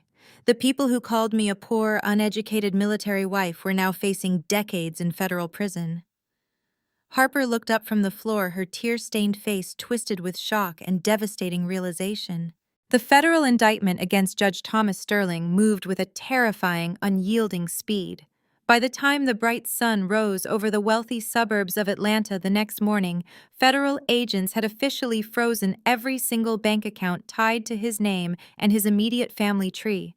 The untouchable aristocratic empire was completely dismantled in under 24 hours. Harper woke up in her lavish Buckhead townhouse, not to the smell of fresh espresso, but to the aggressive, relentless pounding of federal marshals executing a seizure warrant. She marched down her grand staircase in her expensive silk robe, fully prepared to scream at the officers and threaten them with the power of her father. When she opened the heavy oak door, the lead agent simply handed her a massive federal document. He informed her that her father was currently sitting in a holding cell, and she had exactly 30 minutes to pack a single suitcase of basic personal items before they locked the doors and placed a seizure notice across the entrance. Harper stood on the pristine sidewalk, shivering in the morning air, completely stripped of her immense privilege and her arrogant pride. She frantically dialed the cell phone of her husband Jamal, fully expecting him to use his financial connections to bail her out of this humiliating nightmare. The automated voicemail message played on a continuous loop. Jamal was long gone. The cowardly older brother had seen the federal agents swarming the courthouse on the evening news and knew his illicit affair and his stolen money were about to be exposed to the authorities. While Harper was busy screaming at the police and packing her bags, Jamal had completely liquidated their joint emergency accounts. He packed a heavy duffel bag full of untraceable cash and fled across state lines with Vanessa. Harper was left completely penniless, standing alone on the street she used to rule, realizing she had lost her husband, her hoarded wealth, and her elite status to the exact same pregnant mistress she had just called trash in a hospital room. While Harper faced her spectacular ruin across town, Evelyn was experiencing a devastating public execution of her very own.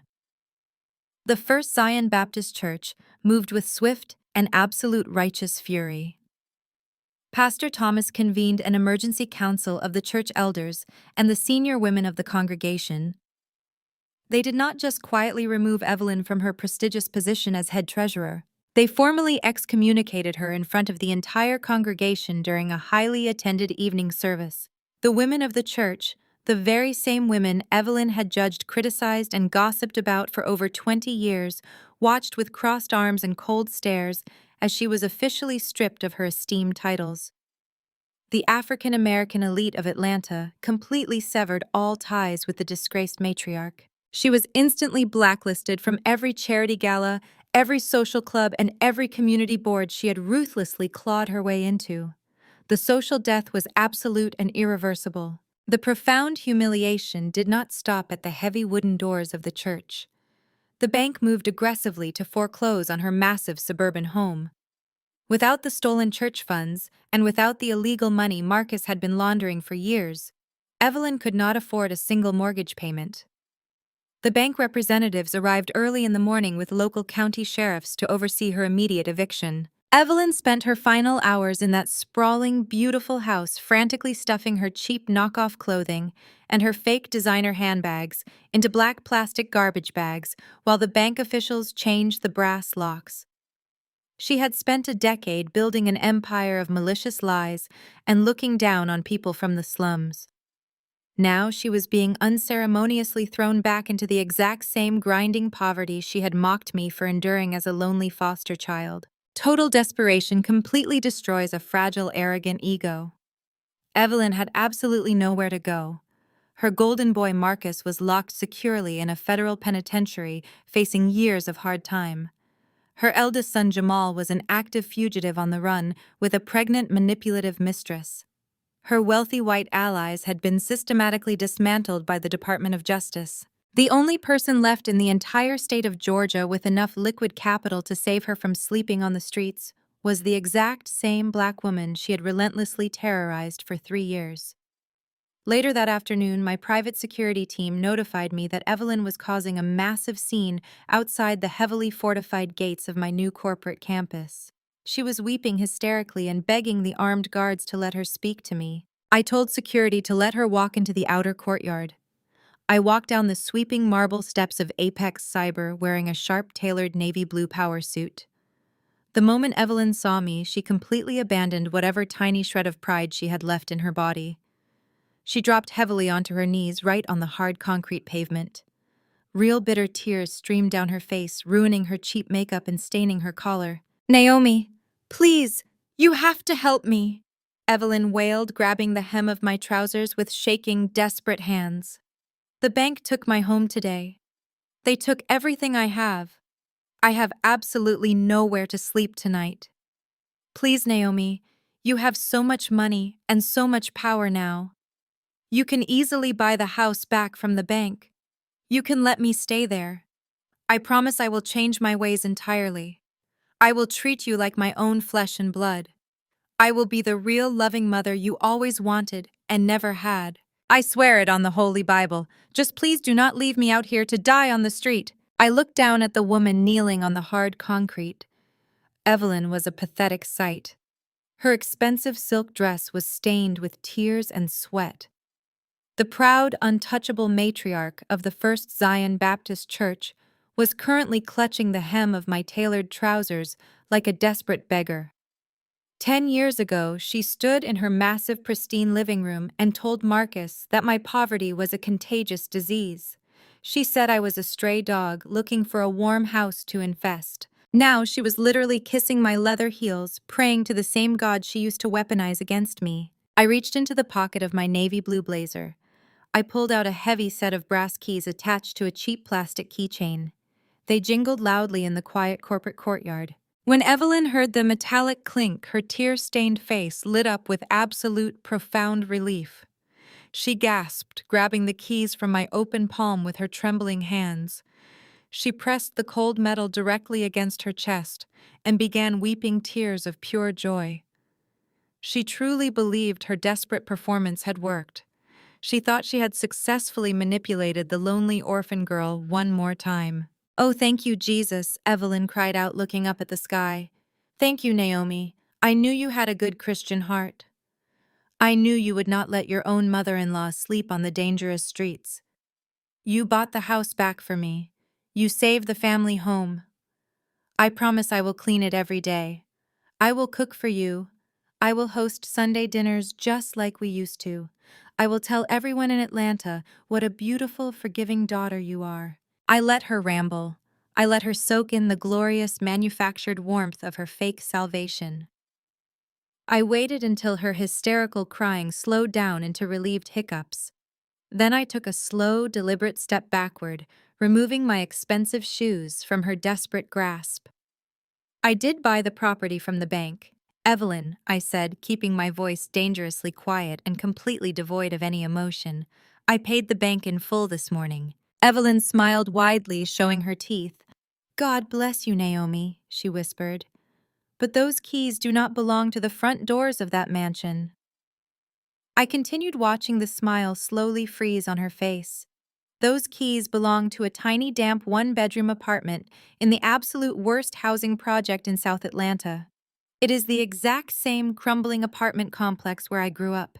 The exact same slum you ruthlessly mocked me for living in when Marcus first brought me to your church." Evelyn stopped breathing. She stared down at the cheap plastic keychain in her hands, as if it had suddenly turned into a venomous snake. "You told everyone I was a rat from the gutter," I reminded her, pacing slowly around her kneeling figure. "You said people from my neighborhood were born to be failures. Well, Evelyn, your new lease is signed and paid for the next 3 months. After that, you are completely on your own to make rent. Welcome back to the gutter." "But my house," Evelyn stammered, her voice shaking with fresh rising panic. "You just said you bought my house from the bank. If I am not living there, what are you doing with my beautiful estate?" I stopped walking. I pulled a sleek silver tablet from my briefcase and tapped the screen. I held it out so Evelyn could see the high-resolution live video feed. "I did not buy your sprawling suburban mansion to let you live in it, Evelyn," I said coldly. "I bought your beloved high society palace to absolutely destroy it." On the bright digital screen, Evelyn watched in sheer, unadulterated horror as 3 massive yellow bulldozers drove directly through her pristine iron gates. The heavy machinery slammed into the white columns of her front porch. The beautiful custom bay windows shattered into a million pieces. The roof of the house she had stolen church funds to decorate completely caved in under the crushing weight of a wrecking ball. I needed to expand the corporate benefits for my junior cybersecurity analysts, I explained, watching the life completely drain out of the eyes of my former mother-in-law. "Your property is being leveled right this second to build a brand new private parking lot for my employees. They will be parking their cars right over the spot where your formal dining room used to sit." Evelyn let out a sound that did not even seem human. It was a guttural, agonizing scream of absolute total despair. She dropped the cheap keys onto the concrete and buried her face in her hands, sobbing, with a level of devastation that shook her entire body. She had lost her money, her church, her reputation, and now the physical monument of her arrogant pride was being crushed into worthless dust.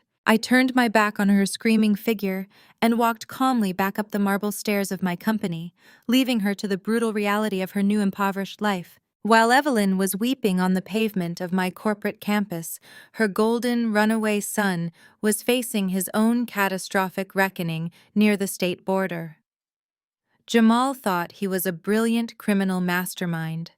He had successfully drained the joint bank accounts he shared with Harper, packed a heavy canvas duffel bag with $800,000 in untraceable cash, and drove furiously through the night with his pregnant mistress, Vanessa.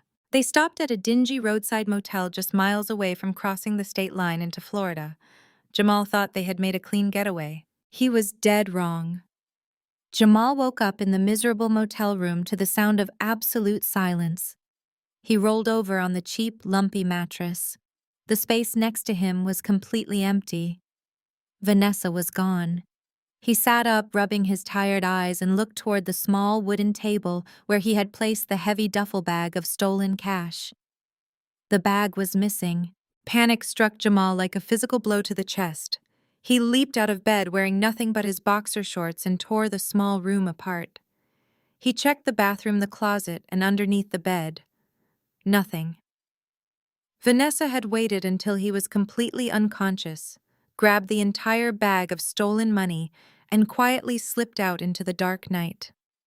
She had played him for an absolute fool from the very beginning. She never loved him. She just needed a wealthy host to parasitize, and when his wealth became a liability, she simply took the cash and vanished. Jamal sprinted out the motel room door into the humid morning air, screaming her name, but he did not find Vanessa waiting in the parking lot. Instead, he found himself completely surrounded by a dozen state troopers and heavily armed border police. Red and blue lights flashed aggressively against the motel walls. "Jamal Coleman, put your hands in the air and get down on the ground right now," the lead state trooper bellowed over a heavy megaphone. Jamal dropped to his knees on the dirty asphalt, completely bewildered and terrified. "How did you find me?" he cried out as heavy steel handcuffs were slapped tightly onto his wrists. The state trooper scoffed as he hauled Jamal up by his arms. "Your pregnant girlfriend called the anonymous federal tip line 2 hours ago. She gave us your exact room number, the license plate of your car, and a full confession about your involvement in a massive federal money laundering conspiracy. She claimed the hefty financial reward for turning you in as a dangerous fugitive. You are going away for a very long time, buddy." The federal wheels of justice grind exceptionally fast when a massive political syndicate completely collapses. 3 months after Jamal was dragged out of that dirty roadside motel in handcuffs, the final federal sentencing hearing for Marcus Coleman officially commenced. The grand courtroom was packed to absolute capacity, with journalists, former socialite friends, and curious onlookers desperate to witness the final chapter of the spectacular Coleman family downfall. I sat in the front row of the gallery wearing a pristine ivory-tailored suit, flanked by my legal team. I projected an aura of absolute untouchable calm. The heavy side doors of the courtroom opened, and 2 armed federal marshals escorted Marcus into the room. The collective gasp from the gallery was audible. Marcus was completely unrecognizable. The arrogant, slick financial broker who used to strut through luxury restaurants in custom blazers was entirely gone. He was wearing a shapeless, bright orange federal prison jumpsuit. His wrists and ankles were bound by heavy steel chains that clinked loudly with every slow, shuffling step he took. His face was hollow, pale, and deeply lined with exhaustion. His hair, which he used to spend hundreds of dollars maintaining every week, was overgrown and unkempt. The false confidence that had fueled his entire pathetic existence had been stripped away, leaving behind nothing but a broken shell of a man. He did not look at me when he shuffled to the defense table. He stared blankly at the wooden floor, fully understanding his destruction was only minutes away. The federal prosecutor called their star witness to the stand. The wooden doors opened again, and Vanessa waddled slowly down the center aisle. She was heavily pregnant, her massive belly protruding prominently under a cheap maternity dress. Vanessa had successfully negotiated a plea deal with the federal government. In exchange for a suspended sentence and immunity from federal prosecution, she had agreed to testify against every single member of the Coleman family. She raised her right hand, swore on the Bible, and proceeded to execute Marcus with terrifying precision. Vanessa sat on the witness stand and confidently detailed every illegal action Marcus had taken. She testified about the offshore money laundering scheme he ran for the corrupt federal judge. She handed over the digital timelines of the extortion plot he attempted to execute against me. She testified that Marcus maliciously stole my social security number to forge the $500,000 loan from the underworld syndicate. She did not shed a single tear for the man she had married just months prior. She threw him under the bus to save her own skin, proving that their lavish wedding was nothing but a transactional illusion. Marcus could not contain his fury any longer. He leaped up from his chair, his heavy steel chains rattling violently. "You lying snake," Marcus screamed across the silent courtroom, his face turning a shade of crimson. "You spent every dime of that stolen money. You begged me to steal from Naomi so you could buy designer clothes and pretend you were rich." Before the marshals could force Marcus back down into his seat, another voice shouted from the holding pen adjacent to the courtroom. Jamal, who was waiting for his own federal arraignment, began slamming his shackled fists against the glass window. "You shut your mouth, Marcus!" Jamal roared, his voice echoing through the room. "You ruined this entire family with your pathetic greed. If you had just signed your divorce papers and walked away quietly, none of us would be going to prison today." Marcus turned his attention toward the glass window. "You stole my wife? Jamal?" Marcus shrieked, spit flying from his mouth. "You slept with Vanessa in cheap motels while I was paying your mortgage. You are a coward, and I hope you rot in a cell right next to me." The two brothers, the former golden boys of the Atlanta elite, were tearing each other apart in front of the world. They hurled insults, completely exposing their darkest secrets and destroying whatever tiny shred of familial loyalty they had left. The bailiffs rushed forward to separate them, shoving Marcus down and threatening Jamal with solitary confinement. I turned my gaze away from the shouting men and looked toward the back row of the gallery. Harper was sitting alone in the shadows. The former queen of high society was wearing a wrinkled, faded dress. Her expensive blonde hair was a tangled, unwashed mess. She was rocking back and forth slowly on the hard wooden bench, staring blankly at the two men she used to call family as they destroyed each other. Harper was muttering incoherently to herself, her mind shattered by the loss of her wealth, her aristocratic father, and her pristine social standing. She had descended into total madness, unable to process her new impoverished reality. The federal judge banged his gavel, demanding immediate order in his courtroom. The room finally fell silent, leaving only the sound of Marcus breathing heavily at the defense table. The judge looked down at Marcus with disgust. Marcus Coleman, the judge, announced, his voice ringing with finality. "For the charges of federal wire fraud, identity theft, and the malicious extortion of a United States military officer, I sentence you to 8 years in a maximum security penitentiary without the possibility of early parole." The heavy gavel slammed down one final time. It was the sound of undeniable justice. Marcus slumped forward, his body shaking with devastating sobs. The federal marshals grabbed his arms and hauled him to his feet. They marched him down the center aisle toward the exit doors leading to the transport vehicles. As Marcus was forcefully led past the front row of the gallery, he stopped for a brief second right in front of me. He looked down at my pristine ivory suit, my calm expression, and the absolute freedom I possessed. His eyes were filled with bitter, agonizing defeat. "You ruined me, Marcus," whispered his voice, cracking with sheer devastation. I stood up from the front row of the gallery, smoothing the pristine fabric of my ivory suit. I looked at the broken man shuffling in his heavy steel chains. He actually believed I was the villain of his story. "You ruined yourself, Marcus," I replied, making sure my voice was crystal clear, so every journalist and federal agent in the aisle could hear me perfectly. "You destroyed your own life the very second you decided a woman was only worth the imaginary salary you hallucinated for her. Have fun in federal prison. And do not forget, I certainly will not be depositing any money into your commissary account to buy your soap." Marcus squeezed his eyes shut as a fresh wave of humiliated tears spilled down his cheeks. The marshals jerked him forward, marching him through the heavy oak doors and out of my life. Forever. I turned around and walked out of the courthouse, stepping into the bright Atlanta sunlight. The air tasted incredibly sweet. My massive legal war was finally over, but the natural consequences for the people who tried to destroy me were just beginning to unfold. A few weeks later, I decided to visit the Obsidian.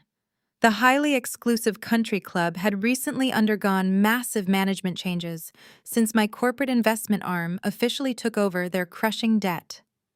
I was now the majority shareholder, meaning I essentially owned the building, the grounds, and the payroll.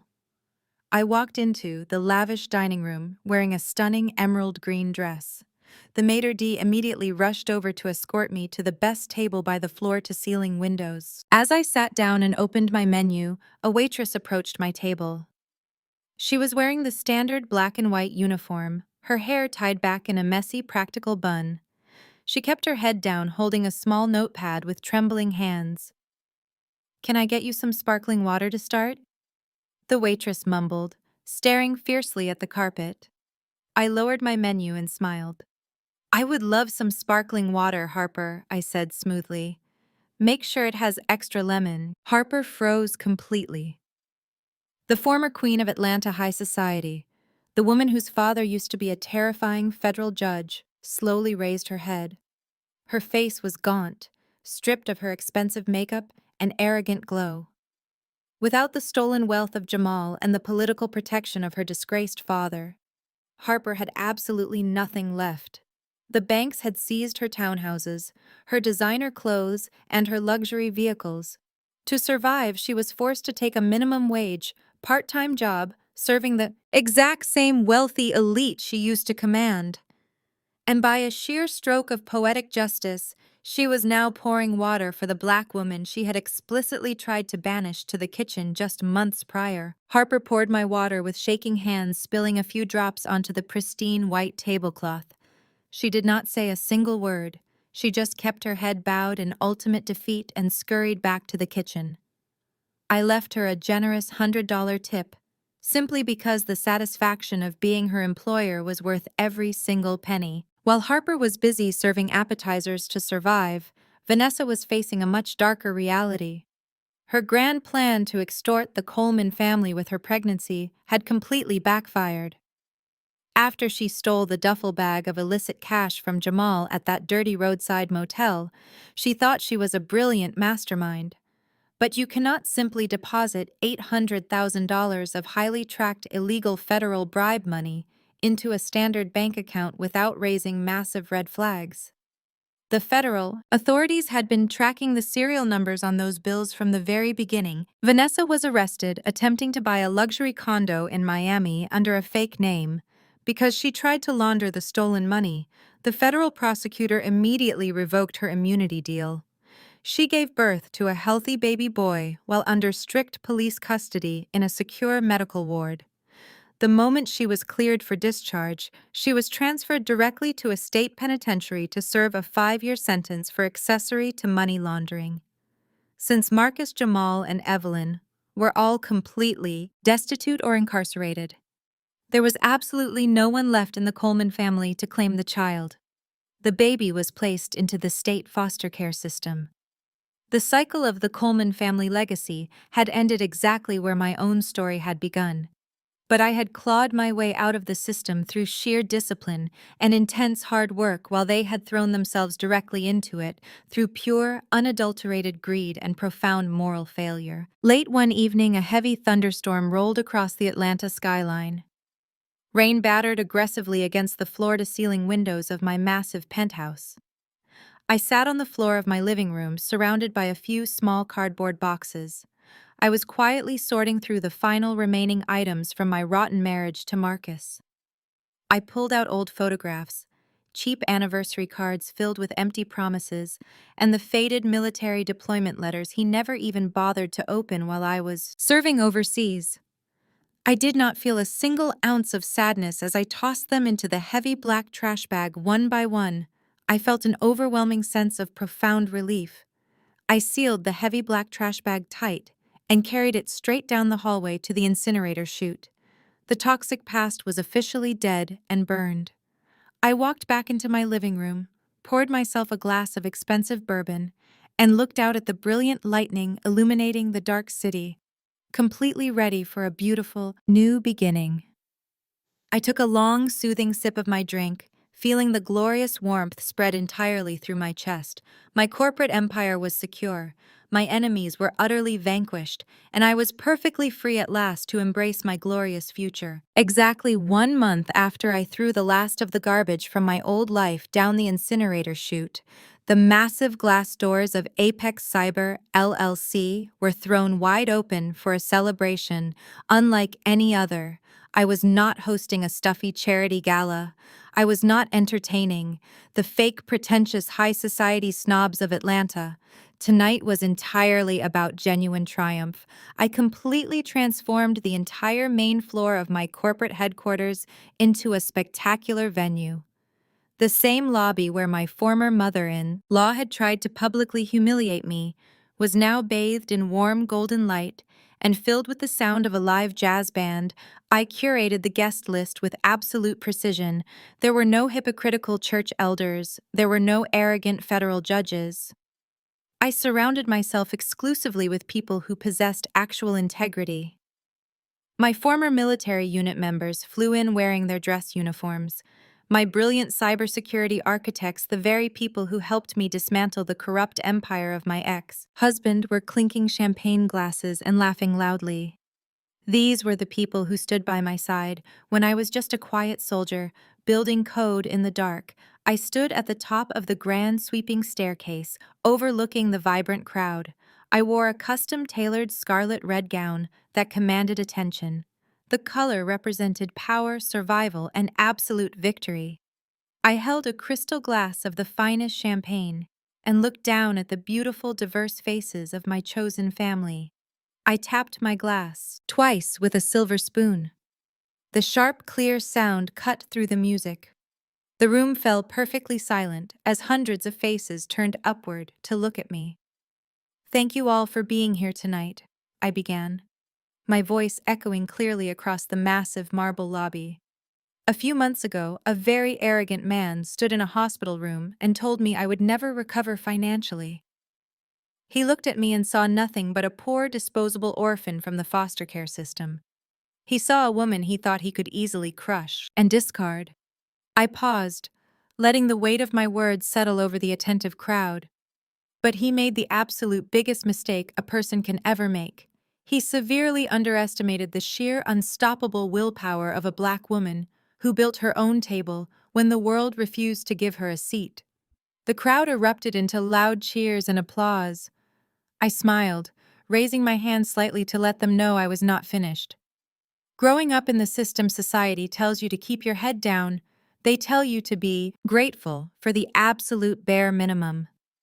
When I joined the military, I learned how to fight. But when I built this cybersecurity firm, I learned how to completely conquer. I did not inherit a single dime. I did not have a wealthy family name to protect me. I took my pain, my isolation, and my absolute refusal to be a victim, and I forged it into a multi-million-dollar empire. To every person in this room who helped me write the code, secure the contracts, and expose the corrupt elite of this city, I owe you my deepest gratitude. We built an impenetrable fortress, and nobody will ever tear us down. I raised my glass high to absolute freedom and unbreakable power. The lobby exploded with deafening cheers. Glasses clinked enthusiastically. My lead defense attorney raised his glass toward me with a massive grin. The jazz band immediately launched back into a lively, upbeat tune. I walked slowly down the marble staircase, shaking hands and hugging the people who truly mattered. For the very first time in my entire adult life, I did not have to shrink myself to make an insecure man feel tall. I was living completely out loud, and the view from the top was absolutely spectacular. As I reached the center of the room to greet my lead digital forensics director, the heavy glass doors at the front entrance of the building suddenly slid open. The two armed security guards stationed at the door immediately stood at absolute attention, snapping crisp military salutes. The bustling crowd near the entrance naturally parted, creating a wide, clear path. A man walked through the doors with an undeniable aura of supreme authority. He was wearing the impeccably decorated dress uniform of a 4-star general of the United States Army. The rows of colorful ribbons and medals on his chest gleamed under the warm lobby lights. It was General Hayes, the Supreme Commander of the United States Cyber Command. He was one of the most powerful military figures in the entire country, and he had flown directly to Atlanta, specifically to see me. The room grew quiet once again as the general marched directly toward me. He did not look around at the party. He kept his sharp, commanding eyes locked entirely on mine. He stopped exactly 2 feet in front of me and offered a warm, deeply respectful smile. Naomi, the general said, his deep voice carrying a tone of immense pride. I have been watching your recent operations very closely. Your swift tactical dismantling of that highly corrupt financial syndicate was nothing short of brilliant. You executed a flawless digital strike and protected the integrity of our financial institutions. Thank you, General, I replied, maintaining my strong, confident posture. I simply utilized the elite training the military provided me. General Hayes chuckled softly and reached into the breast pocket of his decorated uniform. He pulled out a thick sealed document encased in a dark blue leather folder, stamped with the official gold seal of the Department of Defense. The military taught you how to fight, Naomi, the general corrected smoothly. But you taught yourself how to lead. We need the absolute best, most ruthless cybersecurity minds protecting this nation. I am officially offering Apex Cyber a massive exclusive national security contract, General Hayes announced loudly. A year had passed since Marcus was locked away in a federal penitentiary. My life was now the definition of absolute splendor and untamed freedom. I had purchased a breathtaking modern mansion, perched high on the cliffs of Malibu, overlooking the endless Pacific Ocean. Every single morning, I stepped out onto my private glass balcony, holding a warm cup of organic green tea, watching the golden sun rise over the water. I did not rely on any man.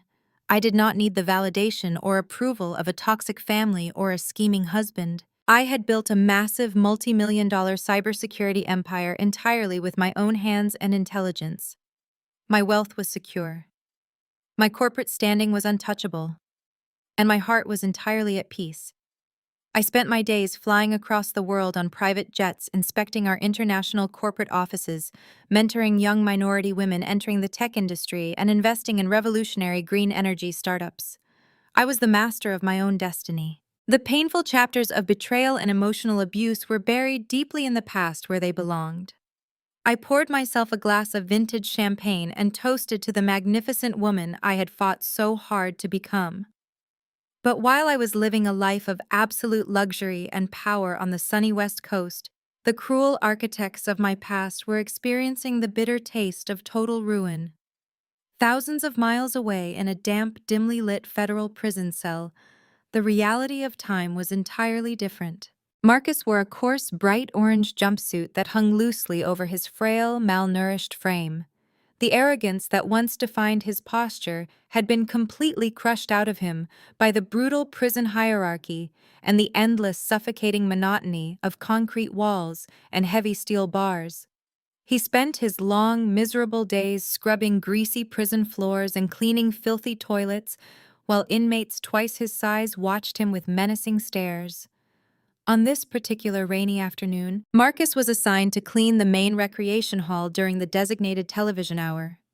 A handful of restless convicts sat scattered across plastic chairs, arguing loudly over a sports broadcast playing on an old scratched television mounted high up on the reinforced brick wall. Marcus kept his head bowed aggressively, pushing a heavy mop across the scuffed linoleum floor, desperately trying to avoid making eye contact with anyone in the room. Suddenly, the local news broadcast cut into the sports program with a special breaking segment highlighting elite women in business. The bright studio lights flashed on the screen, capturing a familiar face that made Marcus stop dead in his tracks. The heavy mop slipped from his trembling hands and crashed loudly against the wet floor. Marcus slowly raised his hollow, exhausted eyes to stare directly at the flickering television screen. There she was. Radiant, powerful, and impeccably dressed in a custom-tailored ivory designer suit. My face filled the entire screen of the television. The bold banner underneath my portrait read, Naomi Coleman, founder and CEO of Apex Cyber, named Business Innovator of the Year, with a net worth exceeding $50 million. The news anchor spoke with profound admiration, detailing my philanthropic work, my massive corporate expansion, and my recent exclusive cybersecurity contracts with the United States Department of Defense. Marcus stared at the television screen in absolute paralyzing disbelief. He watched as the media showed sweeping panoramic shots of my stunning Malibu mansion, my private helicopters, and my smiling, confident expression as I accepted a prestigious national award. The vast, unbridgeable chasm between his miserable reality and my glorious triumph hit him like a physical freight train. He was a chained federal criminal, scrubbing prison toilets, while the wife he had sneered at, cheated on, and tried to destroy, was sitting comfortably on top of the entire world. A heavy wave of suffocating despair crashed over him. Marcus dropped to his knees right there on the dirty, soapy prison floor, burying his face in his rough, calloused hands. Hot, bitter tears streamed uncontrollably down his hollow cheeks as he let out a choked, agonizing sob. He finally understood the horrifying magnitude of his own monumental stupidity. He had possessed a priceless, loyal diamond of a wife, but in his blinding greed and arrogance, he had traded her away for a handful of worthless dust. He had thrown away a life of pure love, respect, and infinite wealth for a cheap mistress and a house of cards. And now the woman he once called a low-earning military subordinate was an untouchable global titan looking down from the absolute highest peak of success. Marcus wept bitterly in the dark, desolate corner of the prison hall, completely consumed by the crushing weight of his eternal regret, knowing he had nobody to blame for his total destruction except himself. While Marcus wept bitterly in the dark, desolate corner of his prison hall, completely consumed by the crushing weight of his eternal regret, my reality was completely different. I stood peacefully on the expansive glass balcony of my massive modern mansion in Malibu. The cool, salty evening breeze coming off the Pacific Ocean wrapped around my shoulders like a comforting blanket.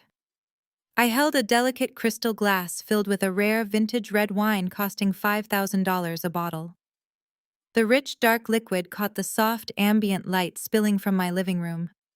I took a slow, deliberate sip, letting the flavors settle.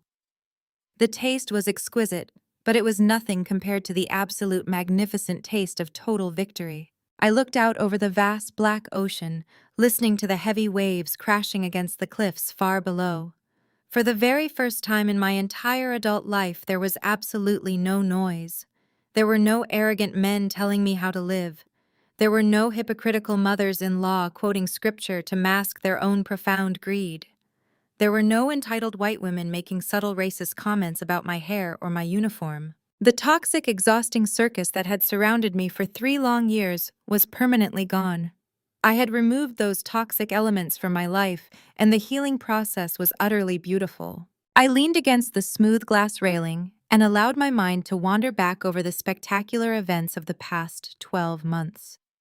I thought about the absolute panic on the face of Judge Harrison when the federal agent stormed into his corrupt courtroom. I thought about Evelyn kneeling on the pavement of my corporate campus, begging me for a place to sleep after the bank bulldozed her stolen mansion into dust. I thought about Harper losing her mind and her elite social standing in a viral moment of racist fury. And of course I thought about Marcus being dragged away in heavy steel chains, stripped of his fake wealth and his unearned pride. A weaker woman might have felt a twinge of guilt or remorse for orchestrating such absolute destruction. But I did not feel a single ounce of regret. I did not ruin those people. They ruined themselves. They built their entire lavish lives on a crumbling foundation of lies and exploitation. All I did was simply turn on the bright lights and force the rest of the world to look at the mess they were hiding in the dark. They handed me the exact weapons I needed to destroy them. I just happened to be the highly trained military strategist who knew exactly how to pull the trigger with flawless precision. Inside my sprawling living room, a vintage record player was softly spinning a classic jazz vinyl. The rich, bold sound of a solitary saxophone drifted out through the open balcony doors, providing the perfect soundtrack for my evening reflections. The smooth melody reminded me of the profound beauty of building something entirely from scratch. I had entered the foster care system as a frightened, lonely little girl with absolutely nothing to my name. Society had placed a low ceiling on my potential. They expected me to fail or to settle for a life of miserable compliance. When I married Marcus, he expected the same thing. He wanted a submissive woman he could easily control and discard the moment he found someone he perceived to be an upgrade. He truly believed his finance job and his arrogant attitude made him naturally superior to a dark-skinned military officer. He never bothered to look beneath the surface. If he had ever taken 5 minutes to actually see the woman he married, he would have realized he was sleeping next to a fiercely independent cybersecurity titan who held the keys to a corporate empire. His catastrophic blindness was his fatal flaw. My thoughts drifted back to that bright hospital room in Atlanta. I remembered the metallic smell of the medical equipment and the throbbing pain in my fractured ribs. I visualized Marcus walking through that wooden door wearing his custom-tailored suit paid by my automated bank transfers. I remembered the arrogant confidence in his voice when he tossed the manila folder containing our divorce papers onto my lap. He was so eager to run away with his pregnant mistress and claim the house I had secretly purchased. His exact words echoed in the quiet ocean air. "I am keeping the house and the SUV. You are just an army officer making $10,000 a month. You will never recover financially from this." He had smiled that cruel, patronizing smile, thinking he was leaving me destitute and broken. He believed he was delivering a fatal blow to a helpless woman. He thought he was the undisputed winner of a game I was not even playing. I raised my glass of wine, holding it toward the vast canopy of brilliant white stars scattered across the dark California sky. A genuine smile spread across my face, reaching all the way to my eyes. "You were absolutely right, Marcus," I said, speaking clearly into the cool night wind. "I did not get back on my feet after you left. I did not recover financially from your malicious betrayal. I never even had to stand back up because I was already standing at the absolute highest peak of the mountain the entire time." I took one final satisfying sip of my expensive wine, feeling the warmth spread through my chest. The greatest revenge is never about dragging your enemies down into the muddy gutter. True revenge is leaving them trapped in the mud of their own making while they are forced to look up and watch you shine brighter than the sun. I turned my back to the dark ocean and walked slowly inside my beautiful home. The rich, triumphant jazz music swelled loudly, filling the massive mansion with the beautiful sound of total freedom. True power comes from absolute independence and moving in total silence. When toxic people severely underestimate you, simply step back and let them. Their own blind greed and arrogance will eventually become their ultimate undoing. We never need to seek loud or messy revenge. By building our own massive success and maintaining our quiet dignity, we allow our enemies to dig their very own graves. The greatest victory is always walking away and living a brilliant life they can no longer touch. Have you ever surprised someone who completely underestimated your true worth? Share your story below and please subscribe.